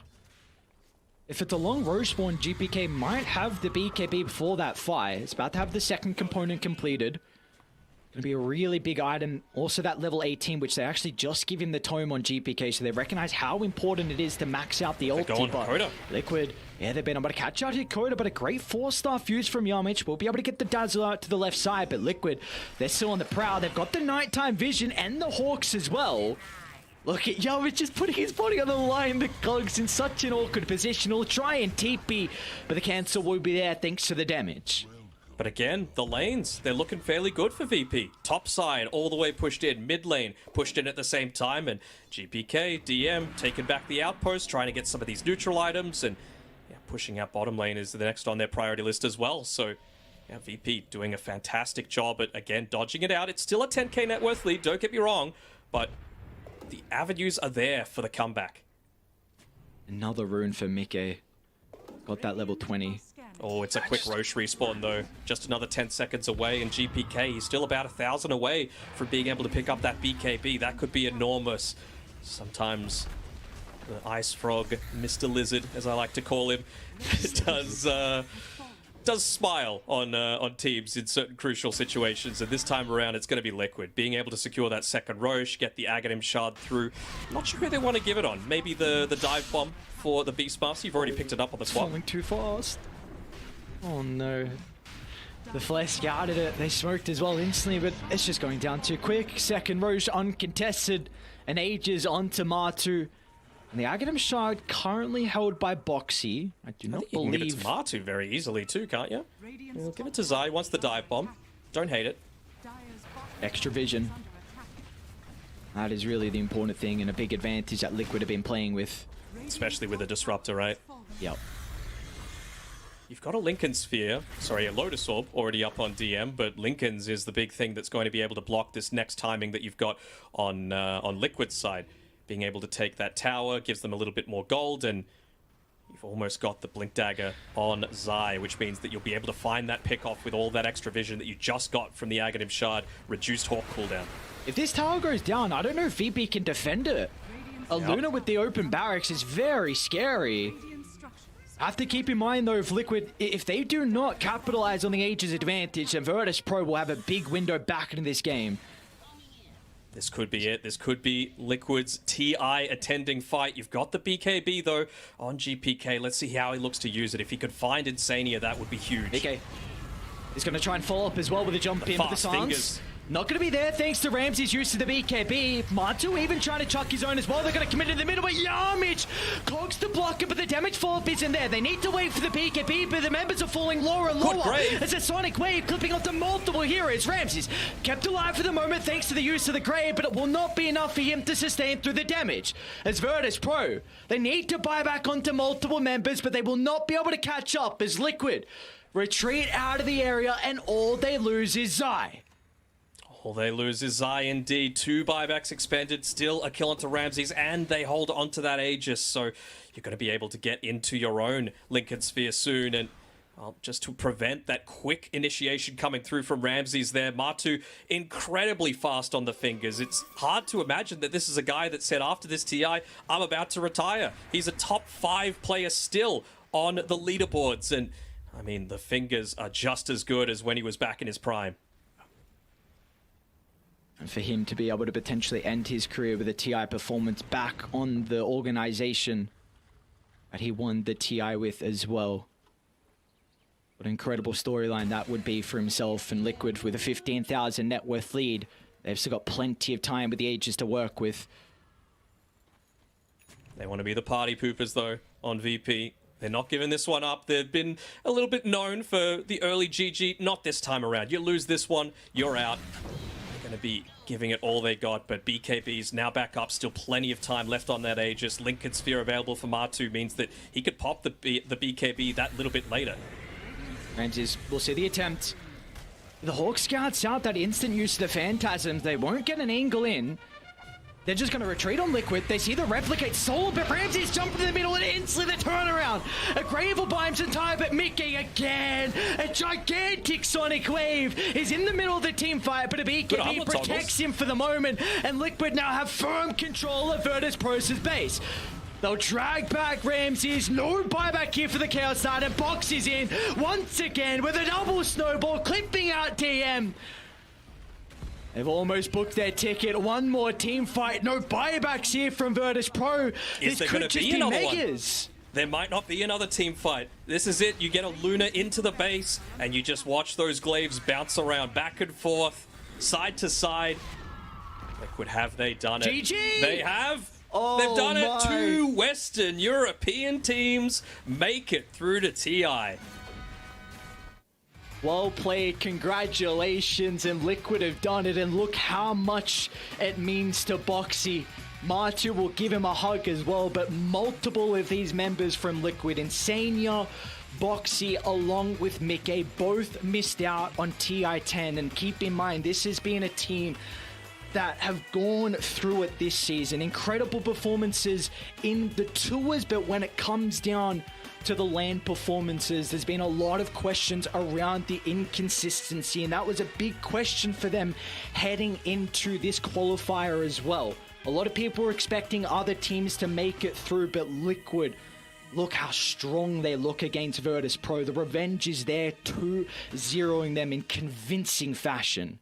Yeah, Insania. I mean, he's gone on record after that missed opportunity to attend the previous TI. He was gutted to miss it. He mentioned that he spent so many months just not talking to anyone, only queuing pubs, wanting to get better so that wouldn't happen again. And instead of reliving that history, they relived the history of an aggressive draft against a Morphling. All of this single target doesn't do anything once the swarm is in on top of you. And a big congrats have to be given over to Team Liquid. One other quote. I know I've been a bit of a quote bot today, but Insania also went out on record saying whoever comes out of the last chance qualifiers, he feels like they could be a top 6 contender for sure. Could it be Secret?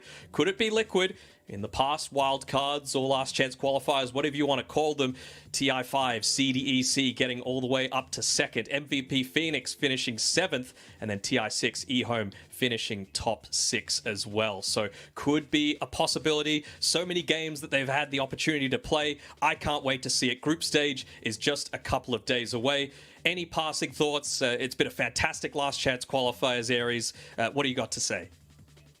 It's been a pleasure. Condolences, of course, to the teams that weren't able to make it. Of course, their dreams, unfortunately, you're falling before their eyes. But there will be years still where they can live up those dreams. And well, for Virtus Pro, and we also saw earlier today as well, Vici Gaming eliminated, and the other teams as well, the 8 other teams that we saw in the playoffs. Unfortunate for them, but at the end of the day, Liquid and Secret will make 20 teams for TI-11. For the last time, we'll send it back to the panel to break this one down.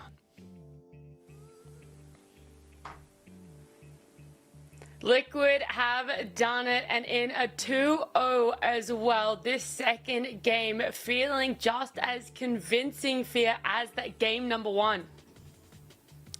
Yeah, it definitely was quite convincing there from just right at the beginning. I wasn't sure how this Morphling Queen of Pain matchup would work out, and Mickey, just gotta give it to him. He dumpstered GPK mid really hard. I didn't expect that matchup to be that. Ends up queuing the Midas, no boots. They got the Timbersaw sitting in the safe lane. They got a CK in the off lane.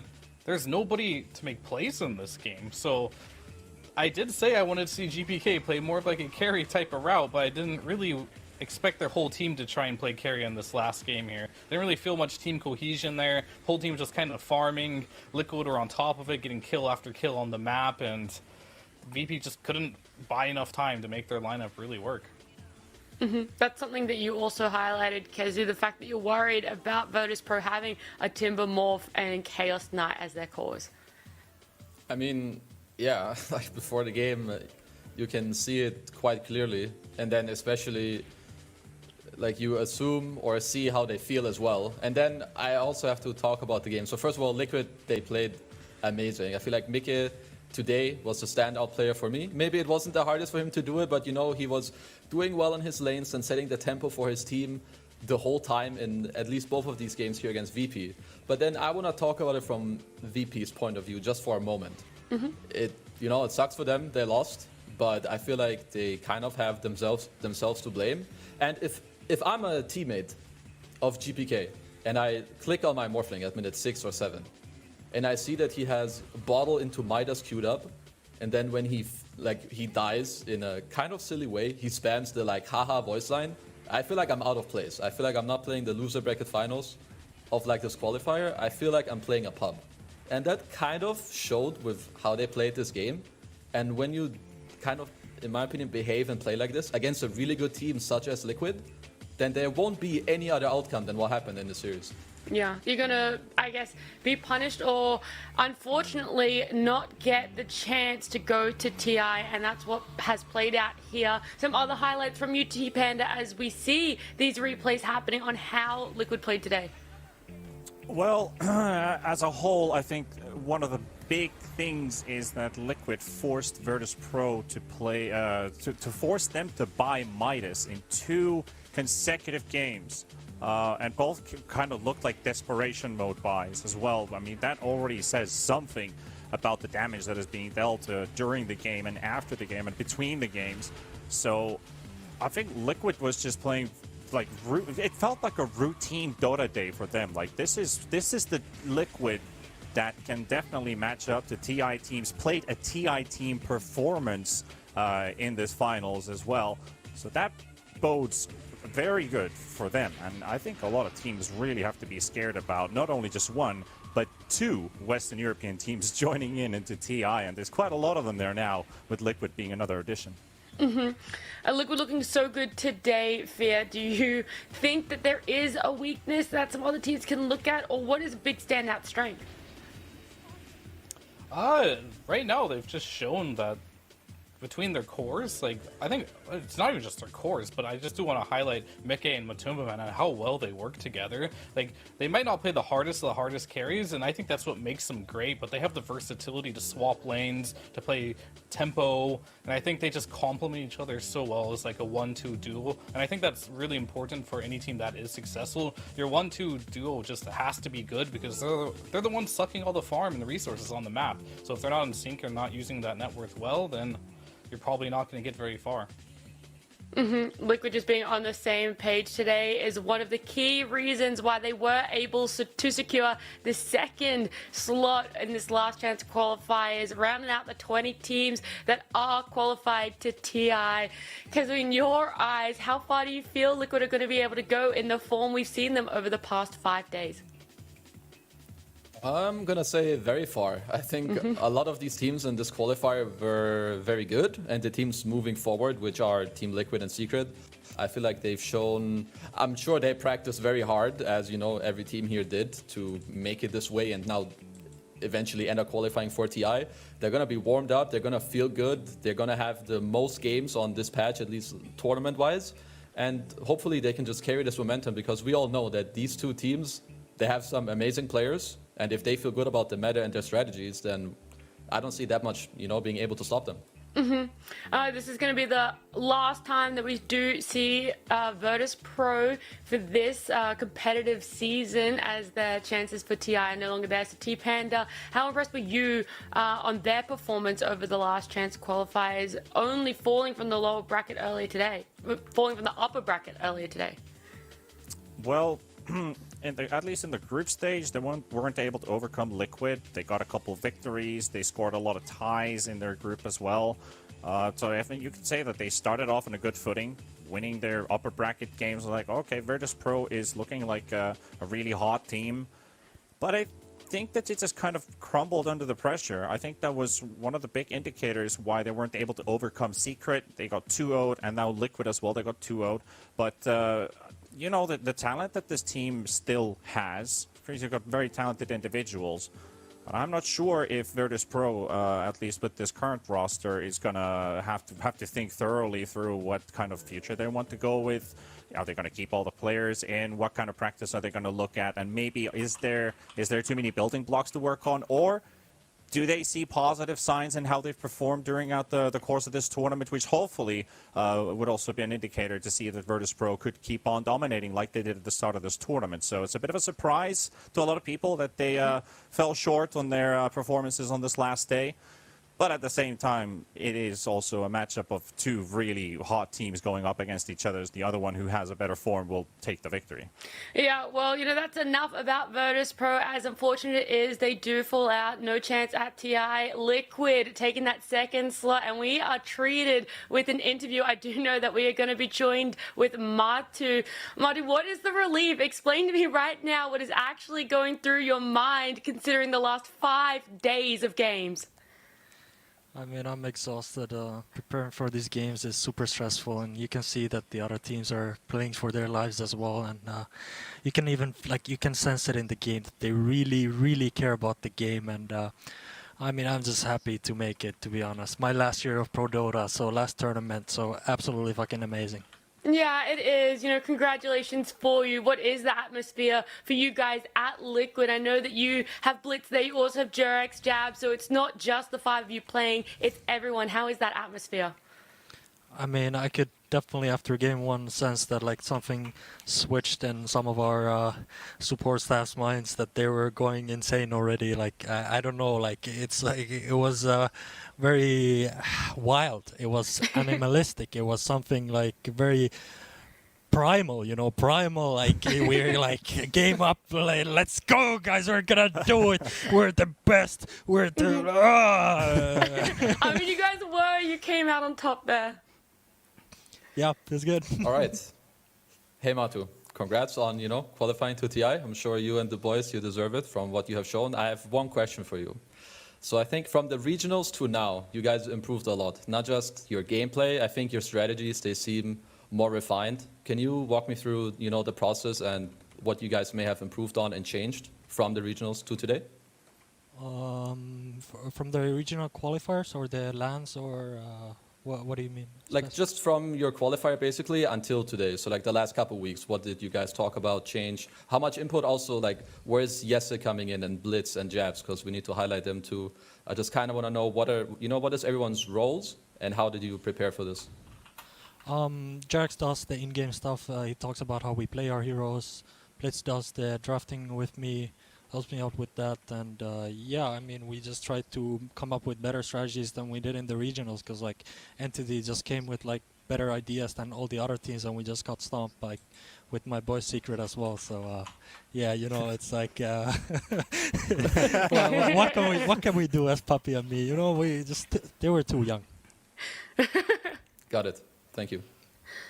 All right, so my question to you is going to be, you've played quite a few TIs now. What do you think about the meta of this TI compared to previous TIs that you've played at? I think it's going to be pretty similar to TI-10. I don't really see how the game would change that much because the map stayed the same. Because usually between TIs, the map changes a little bit, but now it stayed almost exact the same, except the small camp next to mid.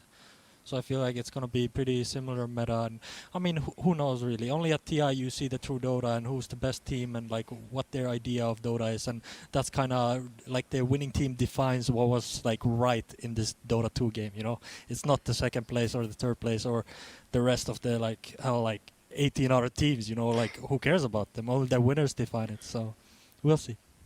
Mm-hmm. So you think it'll change a lot going into this group stage and playoffs compared to the last chance qualifier? I think heroes will change a little bit. I think there's the qualified teams to TI. They're playing different heroes than we did in the last chance qualifier, and I think people will be quite surprised what heroes will pop off in TI to be meta. All right, Moro Lasse. You have been. I kind of want to bounce back into a historical question here. So.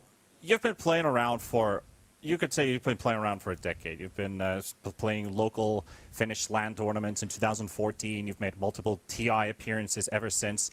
If you could travel back in time and tell something to the Matumba man from 8 years back, what would you tell him? I don't know. Enjoy every moment you have in Pro Dota because it's fleeting and someday it will be gone.